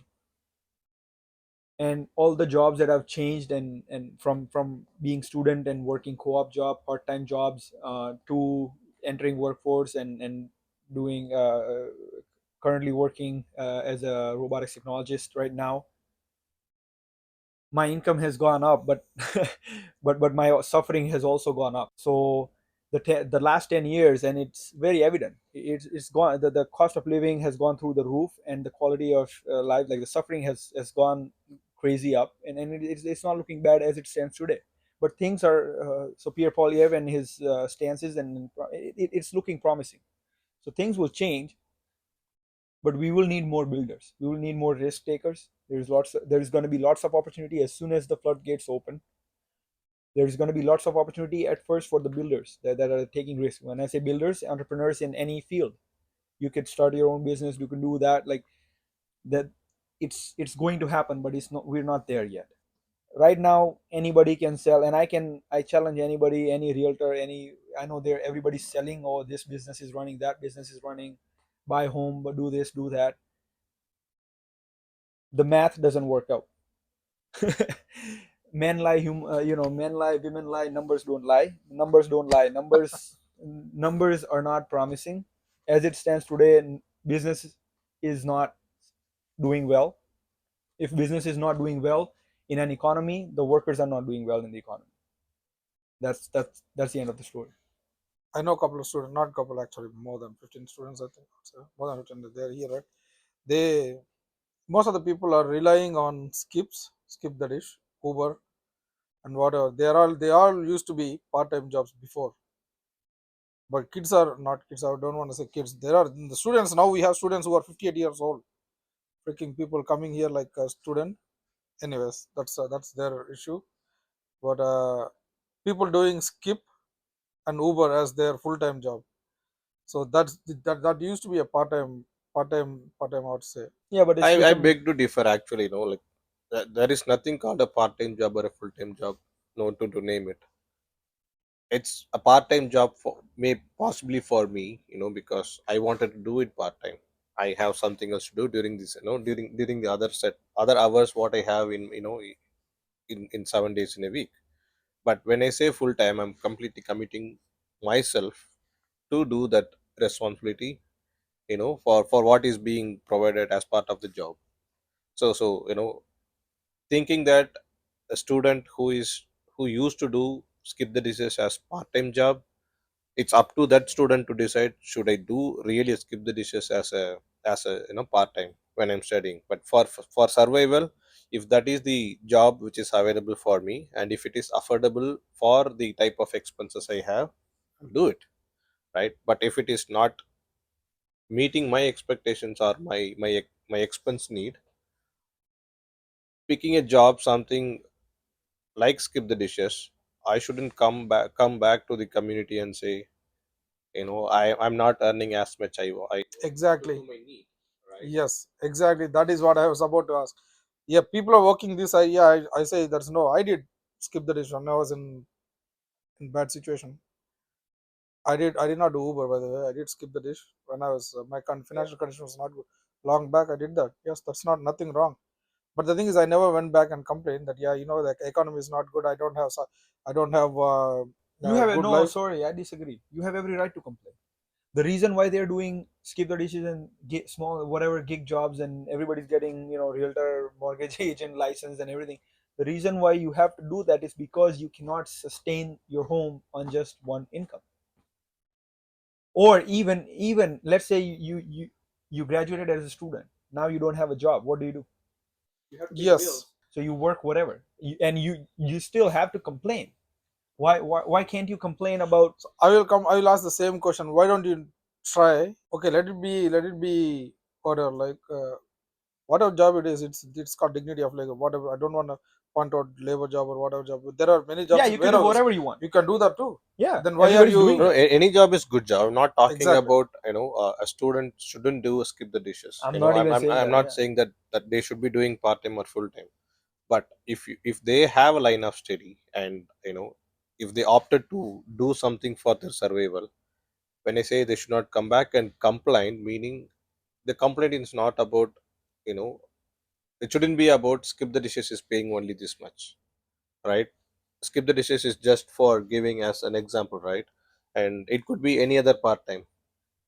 That position is only affording, or that position has a value. That value is what being paid as a, as a, like, wage for the employee, or whoever is taking that position.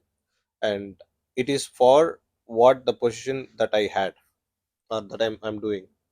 And I cannot complain about the position what I am having. What do you mean? I don't understand. Okay, so what I came here is for my studies. I finished my graduation, Mhm. and my anticipation is to make sure I continue to implement what I learned Yeah, in, get a field job. in a field job. Yeah. So now I don't see that job. I Yeah, don't find a job. Now I need to find some alternate until you I just get have to one. survive. Yeah. Yeah. So this is where you look for opportunity. You get an opportunity, and after getting an opportunity, obviously that income may not be, like, meeting the expectation to survive here in Canada. And now that choice to work in whatever the opportunity available is a choice made by the It's individual. not the choice at that point. It's not a choice he's making. He has to, because he's Well, that's not the surviving. only. It's not That's not the choice. only option, right? Exactly. Yeah, you can I'm siding with Bharat here, right? Yeah, you can go to the labor job. You do Yeah. whatever job. I still don't understand your point. Like, what's The the thing point? What's the complaint? the thing is, yeah, these were people can do any job. They can find 20-hour job, right? I know kids working in Walmarts and whatever job other they're doing. But the thing is, these people they are doing this side gigs, I would say, and then they are not making the same the guy who is complaining that government is not providing me. The life is different. Life is survival is different. Survival is hard. Don't sit around in the house and bitch about something, right? Like rather than just move your ass and work. How different is your income if you work for skip the dishes? Like, I'm just doing 40 hours, whatever, 40 or 20. So how different is income from skip the dishes in 20 hours different from income 20 hours in Walmart? Okay, so I don't understand yeah. the So conversation right now. if you are working, if somebody is working in a general store, I would say I don't want to pick a name, but in a general store or any store or whatever, right? He's getting minimum wage, let's say, which is $17 now. Right? Per hour, $17. If you work for 8 hours, whatever, right, and then he'll get $130, whatever, right? Let's say it is guaranteed. And after that, above 8 hours, if you work for overtime, he'll get whatever overtime. If you get paid, whatever, right? That's a different story. But if he's doing side gigs, in this hour he may make $40. Next hour he may make nothing. He'll be sitting in the parking lot doing this or watching Twitter or whatever it is on his phone, and then so in a day when I was doing this skip on Saturdays, I used to do what $500. alone. No, not 500. I would say Saturday and Sunday combined. 12 hours, yeah. Yeah, and yes, exactly, from morning 8:30 till 11:30 in the night, 250, 260. Yeah, but what's the complaint? I still don't understand. Yeah, so overall in a month, hardly I would make like $1,000. These kids, they, yeah, then this again comes back to that lazy point, right? These people are most of the kids are doing these side gigs, and then they are complaining that their survivability is very high, very low here. It is very hard for them to find a job, right? Again, And then, yeah, for it's very hard for them to meet their bills. They are living paycheck to paycheck. There's no paycheck, by the way. They're living like in terms of their pay, monthly pay is income is very low, or weekly income is very low.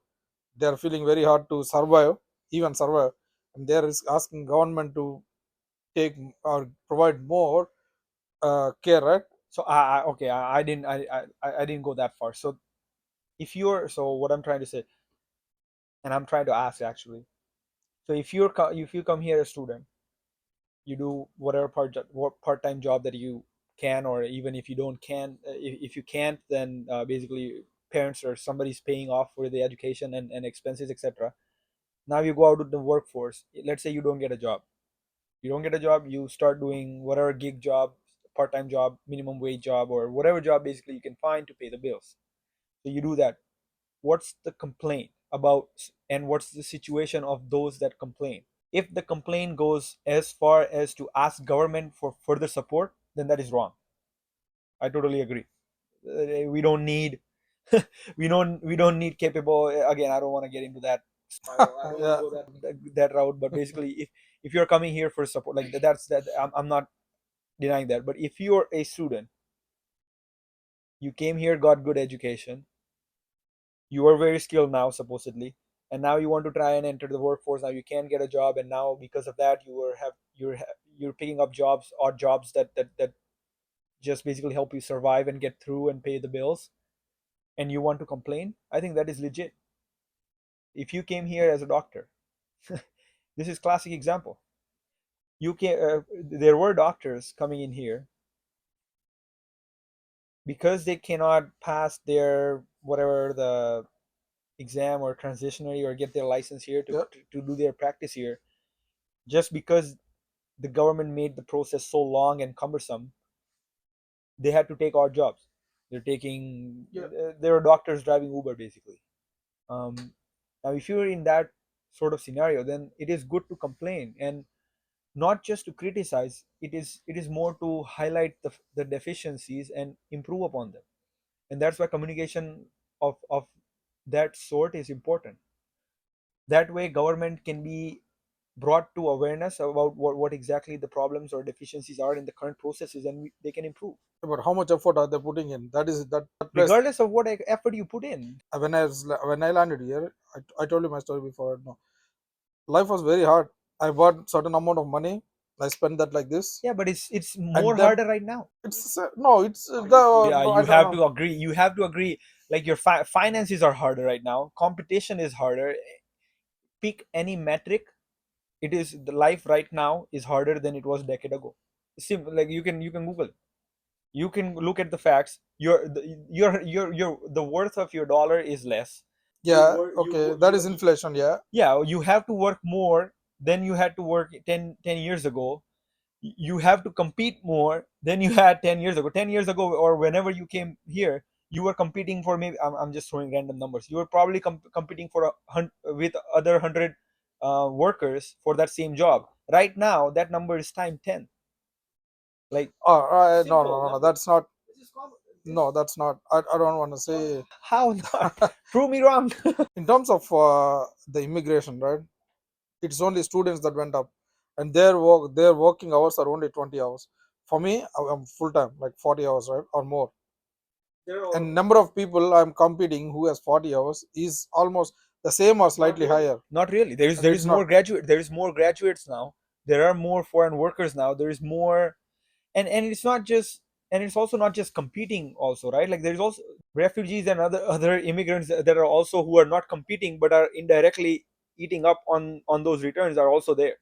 Yeah, but I'm not directly competing with them here, right? In Yeah, you're terms not of competing, graduates, but your standard those of graduates are there. your life is harder right now. Life is harder You that cannot because deny. of failed government policies, inflation, and whatever Exactly, you bullshit. Yeah. cannot deny your But life right now is harder than it was when you came in.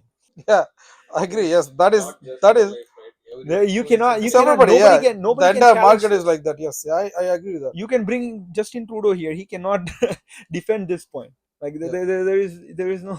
I agree with that. Yes, but yeah, if you ask me, no, people should move their ass. They have to start working, searching job. There are many people who are getting full time jobs now too, right? Some people are losing. Yes, I do agree. That's the entire market condition. But if you search for a job, you will find it. That's what I'm saying. So now in another week or so, there is going to be a tariff to be applied, right? What do you think? It's going to be, for It's coming. Well, he's still teasing, by the way, to Even this enact. morning, Even right now, by the way, in Las Vegas, he's doing a rally in Las Vegas, and he's still uh, teasing. what is the rally in Las Vegas? I know. I don't know. I just saw the tweet, but basically he was, yeah, he's teasing us, right? Like he's like, oh, the boundaries are like America has not become bigger. Basically, that the boundaries have not bigger, and it would be nice to have a bigger country and stuff like that. Yeah, if you that the proposal that is making is good, kind of. I'm not native Canadian, so I really want to stand that out, sit that out. practically thinking, Yeah, right? practically. Is that really achievable? Oh yeah, Yeah, 100%. it is. They It bought is. Alaska 1980. Yeah, no. Yeah, Bought Alaska Alaska. was bought 1980s or No, something. that's Russia, right? Yeah, from Russia. Yeah, They bought it from Russia, exactly. Yeah. so they can do it. Like Canada, they can. Exactly. So they can, yeah. That is but the thing is, keeping out like Canadians or whatever, right? That's just Canada as a state. It is good for Canada, by the way, right? Because more population overall needs more, like what do you call it? More production opportunities, more opportunities will open up for Canadians. And he's also said tax is less. No, yeah, go ahead. There is lots of upsides. There are lots of upsides. The downside of what I'm thinking is it will become one giant state, or even if it's split, that's fine. If it is one big giant state and if it turns blue, then the whole It world will won't be in be. shit. Yeah. That is, and again, I Yeah. don't- Yeah. Well, actually, in a way, it is right now. If you think about it, Canada is more liberal than exactly. US. So Canada is already like a Democrat state, basically. Yeah. A lot of Democrats right now are losing their minds and moving Canada Canada, because it's more liberal than US. So it's.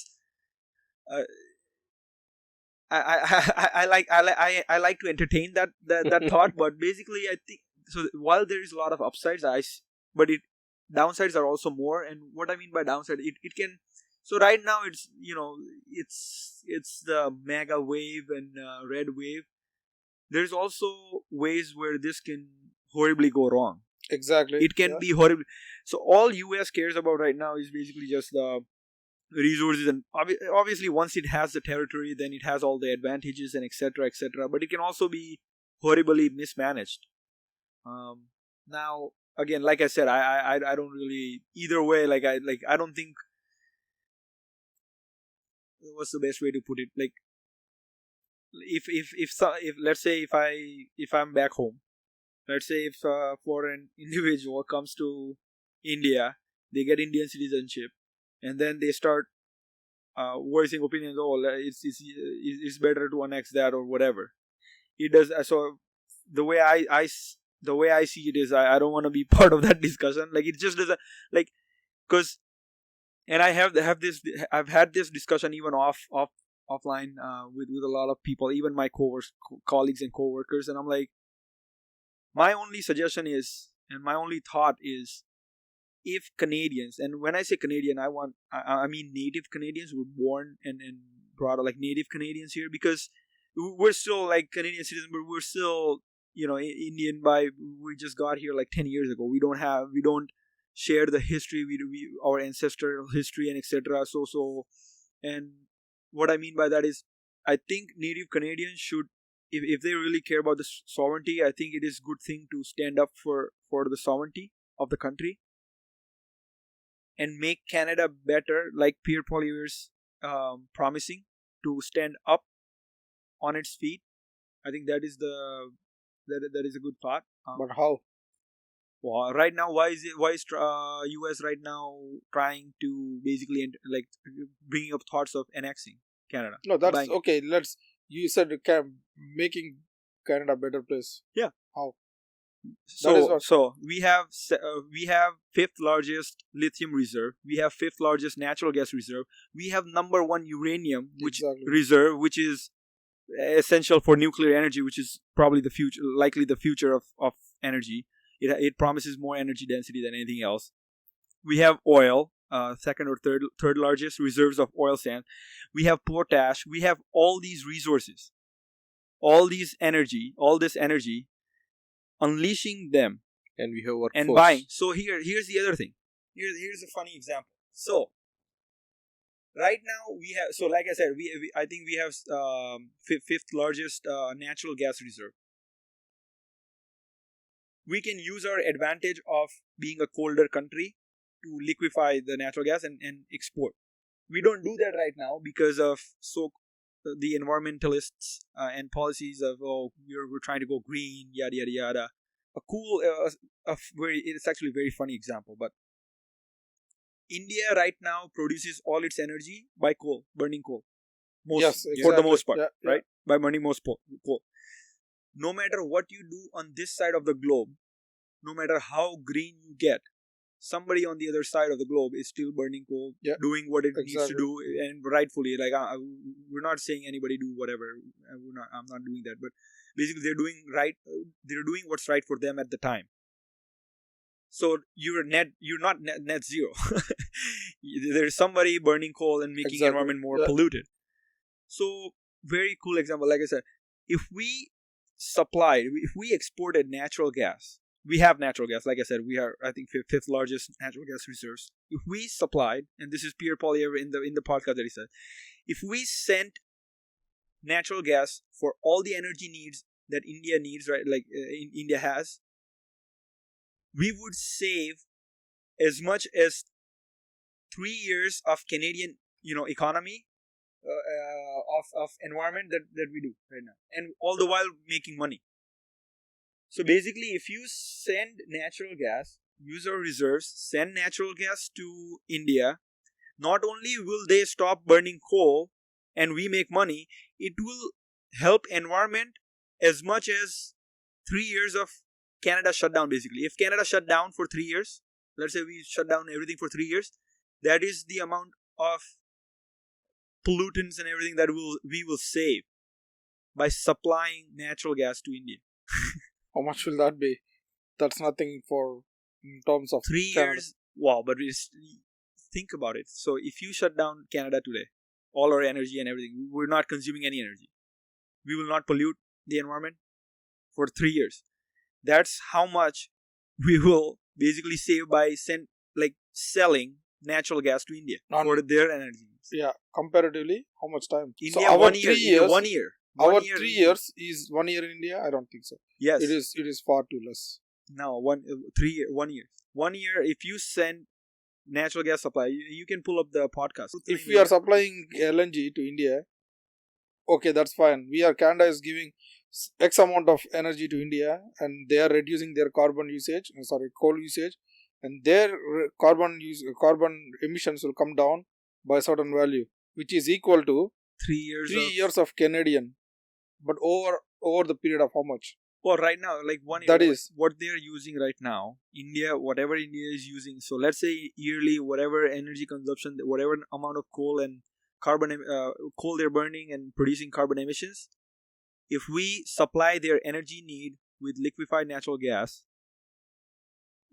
today, it will equal to 3 years of Canada's emissions. So that is one way to improve the economy in Canada, sell, right? sell the resource. Yeah. Mhm. So coming back to the students and the inflation, right? I spoke to a couple of students in one of the colleges and university in London, and one student who have completed the graduation didn't get an opportunity, and to work here in Ontario or in GTA, and for the survival or for the career aspiration, the student is willing to. She already moved actually to Saskatchewan, and there is another student who has they both are like classmates, and this other student was like, I came here to study in Ontario. I finished my graduation here. I know the inflation is high.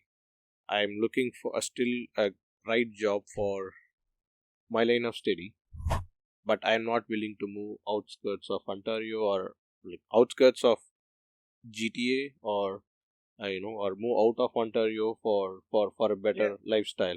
Considering the current condition of like inflation, or could be job employment availability, or unemployment. Employment availability, it depends on what field, etc. Right? Like you can't like it's again a very broad question, but like Ontario is the richest province in Canada. Um, Obviously, there's lots of opportunities being closer to the border with US, etc. Like automotive, so there's a lot of opportunity that way. But also, like you said, cost of living, etc. is through the roof. I personally, I just look at opportunity. If there is an opportunity outside of here, then I would basically move wherever the best opportunity, land of opportunity is, depending on whatever field or education that they've had. I think that's a good way to put it. Even when we graduated back in the day, back in the day, 2017, 18. But even then, a lot of people moved provinces to get their jobs and permanent residency, etc. to try and get the points. Some province the rules might be stricter. The other province might be more lenient. So a lot of people were moving even at that time to get their permanent residency, or even get their work experience and then just move there permanently, either or. So people were doing that. So I guess that stands even right now. Wherever the best opportunity is, I think that's where most people will go. Yeah, people move from. Some people never start the first point. They will never land in Toronto, by the way, or in Vancouver. People will mostly target like newcomers. Or depends, They will right? Like target. college. Yeah, College also, like Toronto has a lot of there's a lot of colleges around GTA. Yeah, some people target way out of. So like some people will target this Sarnia. Most of the people Peterborough, whatever, right? And then some But people that would is, yeah, taking all small courses and whatever, right? And which is bullshit. But exactly general business and all. Anyways, that's not my. So yeah, people after the course they will usually move back to Saskatchewan, or some people move to Prince Edward Island. Some people move to Nova Scotia because they have a program like a PNPs, right? And there is this like when you get in Ontario, there is this NOC for PNP. If you are in healthcare, you have like ABC, NOC A, NOC B, NOC 3 in the same in like for whatever stream, right? In that, if the last one NOCD, I think like whatever, right? The same NOC tier 1, tier 2, not so tier 3 or tier 4 won't be eligible. You won't be eligible for applying PR. You do your course and just leave from here. I think it's tier 4. So I don't know what the rules are right now. Yeah, but so for some courses, but the same courses, if for somebody did general business here, and if you move to Saskatchewan or Prince Edward Island or whatever other location, even if you work in a gas station, he is eligible for PR or not PR, PNP. And the advantage is if those people, that guy or girl, they get PNP application, they apply there, and then I think if they apply for PR, they're I think they'll if their PNP is approved or not, the application is accepted, and if they will get 1,000 points, 600 points, I 600 think or 1,000 points. 600. That way, you're already boosted. You're already eligible for PR. But these are the type of loopholes that have been long exploited in the wrong way. Yeah. In the wrong way, and hopefully this will crack down. And this is cracking down. Like people are now coming to light. Like government now, obviously taking charge of things more strictly. But yeah, that was definitely happening. You saw people move for provincial nominee program, they call it PNP, but basically getting that and then applying for federal PR, permanent residency, because that was an easy way around the stricter. But I don't think it will last. It won't last. I don't think that's gone.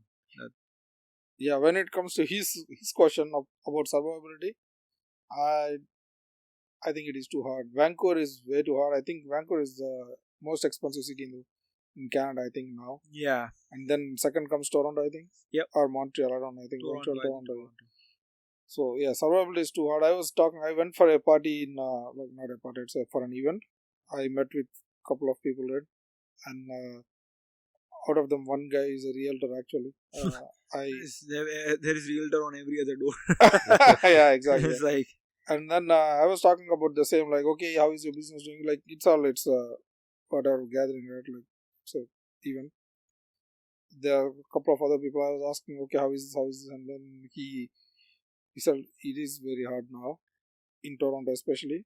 Rents are like what, $3,000, $4,000. it is bullshit bad. Yeah, exactly.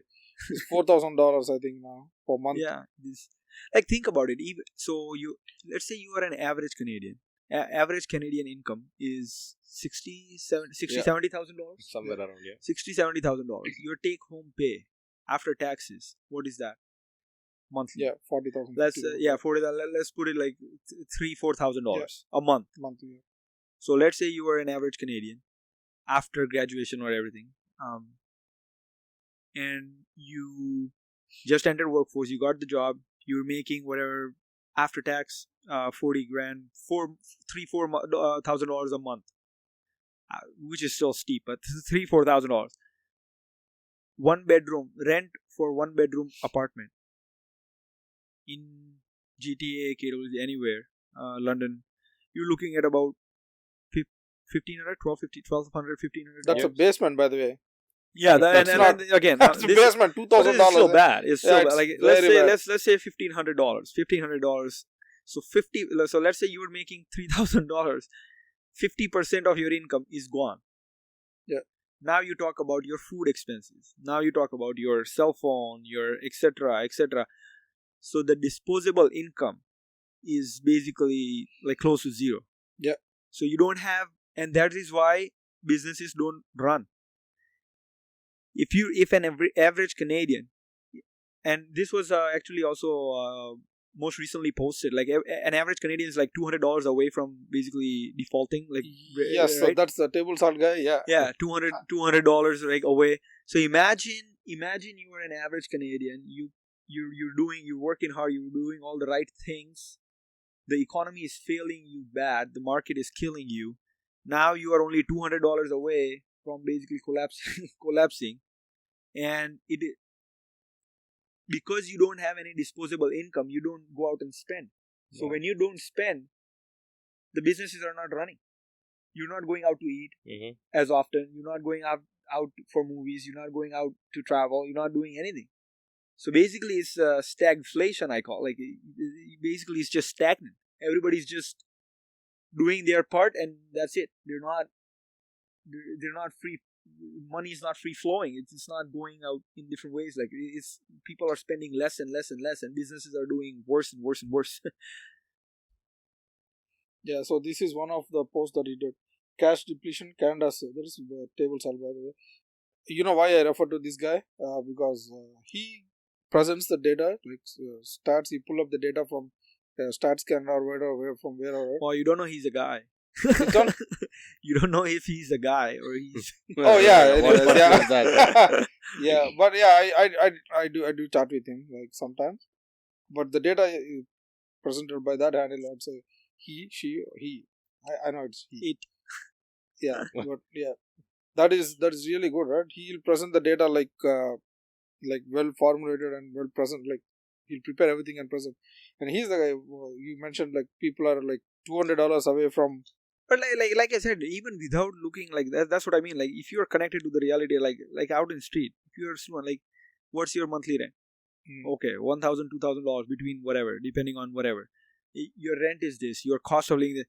Now you add up and everything. Oh, I need $3,000 just to sustain myself, or whatever that figure may be. And then you find out, oh, what are the jobs that are paying that much? Not that many. Okay, where is all my money going after I'm making this much? Okay, taxes, 30-40% taxes for nothing. So this is the reality. So yeah, survivability is very, very tough right now, as it stands right now. And whoever's selling you dreams of jobs or of businesses, even we're in tough spot right now, and we should wait. Like, government should step in and turn this around and sit tight and wait for that opportunity where we can capitalize it the most. Because right now, and again, I can challenge whoever can come down and you show me a business that makes money. We can discuss numbers. As soon as you discuss numbers, the thing just crumbles, like falls apart. Yeah, survival is hard, I would say, finally. There's like business, like I said, like average Canadian does not have disposable income to spend on anything. How are your First thing, businesses? Canadians are not making money, by the way. Oh, this is But- average. That's why I was, average Canadian. Yeah, you. Nobody other than top 1%, I would say. I sent a video to, I think both, right, this morning about the tax. I don't know if you watched it or not. Did you see that video? Which, The amount of tax that government is collecting. oh from- yeah. I saw. You Yeah. saw that? 30-40%. Yeah, that's No, 3.8 billion. 3.8. yeah. The $34 billion or what? no, 35. 300, I think $384 Oh, yeah. billion dollars, I Okay, think. where the fuck is that money gone? Yeah. Where is that now, right? 384 billion. Well, even is- in the thing. So last year our fiscal spending was 61 or 62 billion dollars, which was so the ceiling. This was overspending. This is overspending. overspending, This is yeah. not spending. This is overspending. What does that equate to? So 62 so government basically went out of budget and spent 61 or 61, let's put it 61. They spent $60 billion more than they should have. What does that mean? That means per family $6,000 a year, which is $500 a month in taxes. Wow. Right? So that's so whatever you're making, you could be making $500 more a month. No, I'm paying. Everybody. Taxes are killers right now, and all the taxes they're essentially overspending, and we're spending more. They're What printing happens on the actually, yeah, deficit? exactly. What happens with the $62 billion deficit? Well, they have to print it. What happens if they print it? If they print it, the inflation goes through the roof. So they have to reduce it down. Yeah, they so have to collect it back, so right? this is what they're doing. Now US is stepping up, and again they're fancying the idea of no income tax. They're exploring. They want to get rid of the tax altogether. Exactly. Uh-huh. Now, will Canada do that? Can Canada do that? No, not really with the healthcare, because Exactly. you still have to you still have to pay for the health. Thank you so much again. And signing off on behalf of Ashok, Meet, myself, Bharat.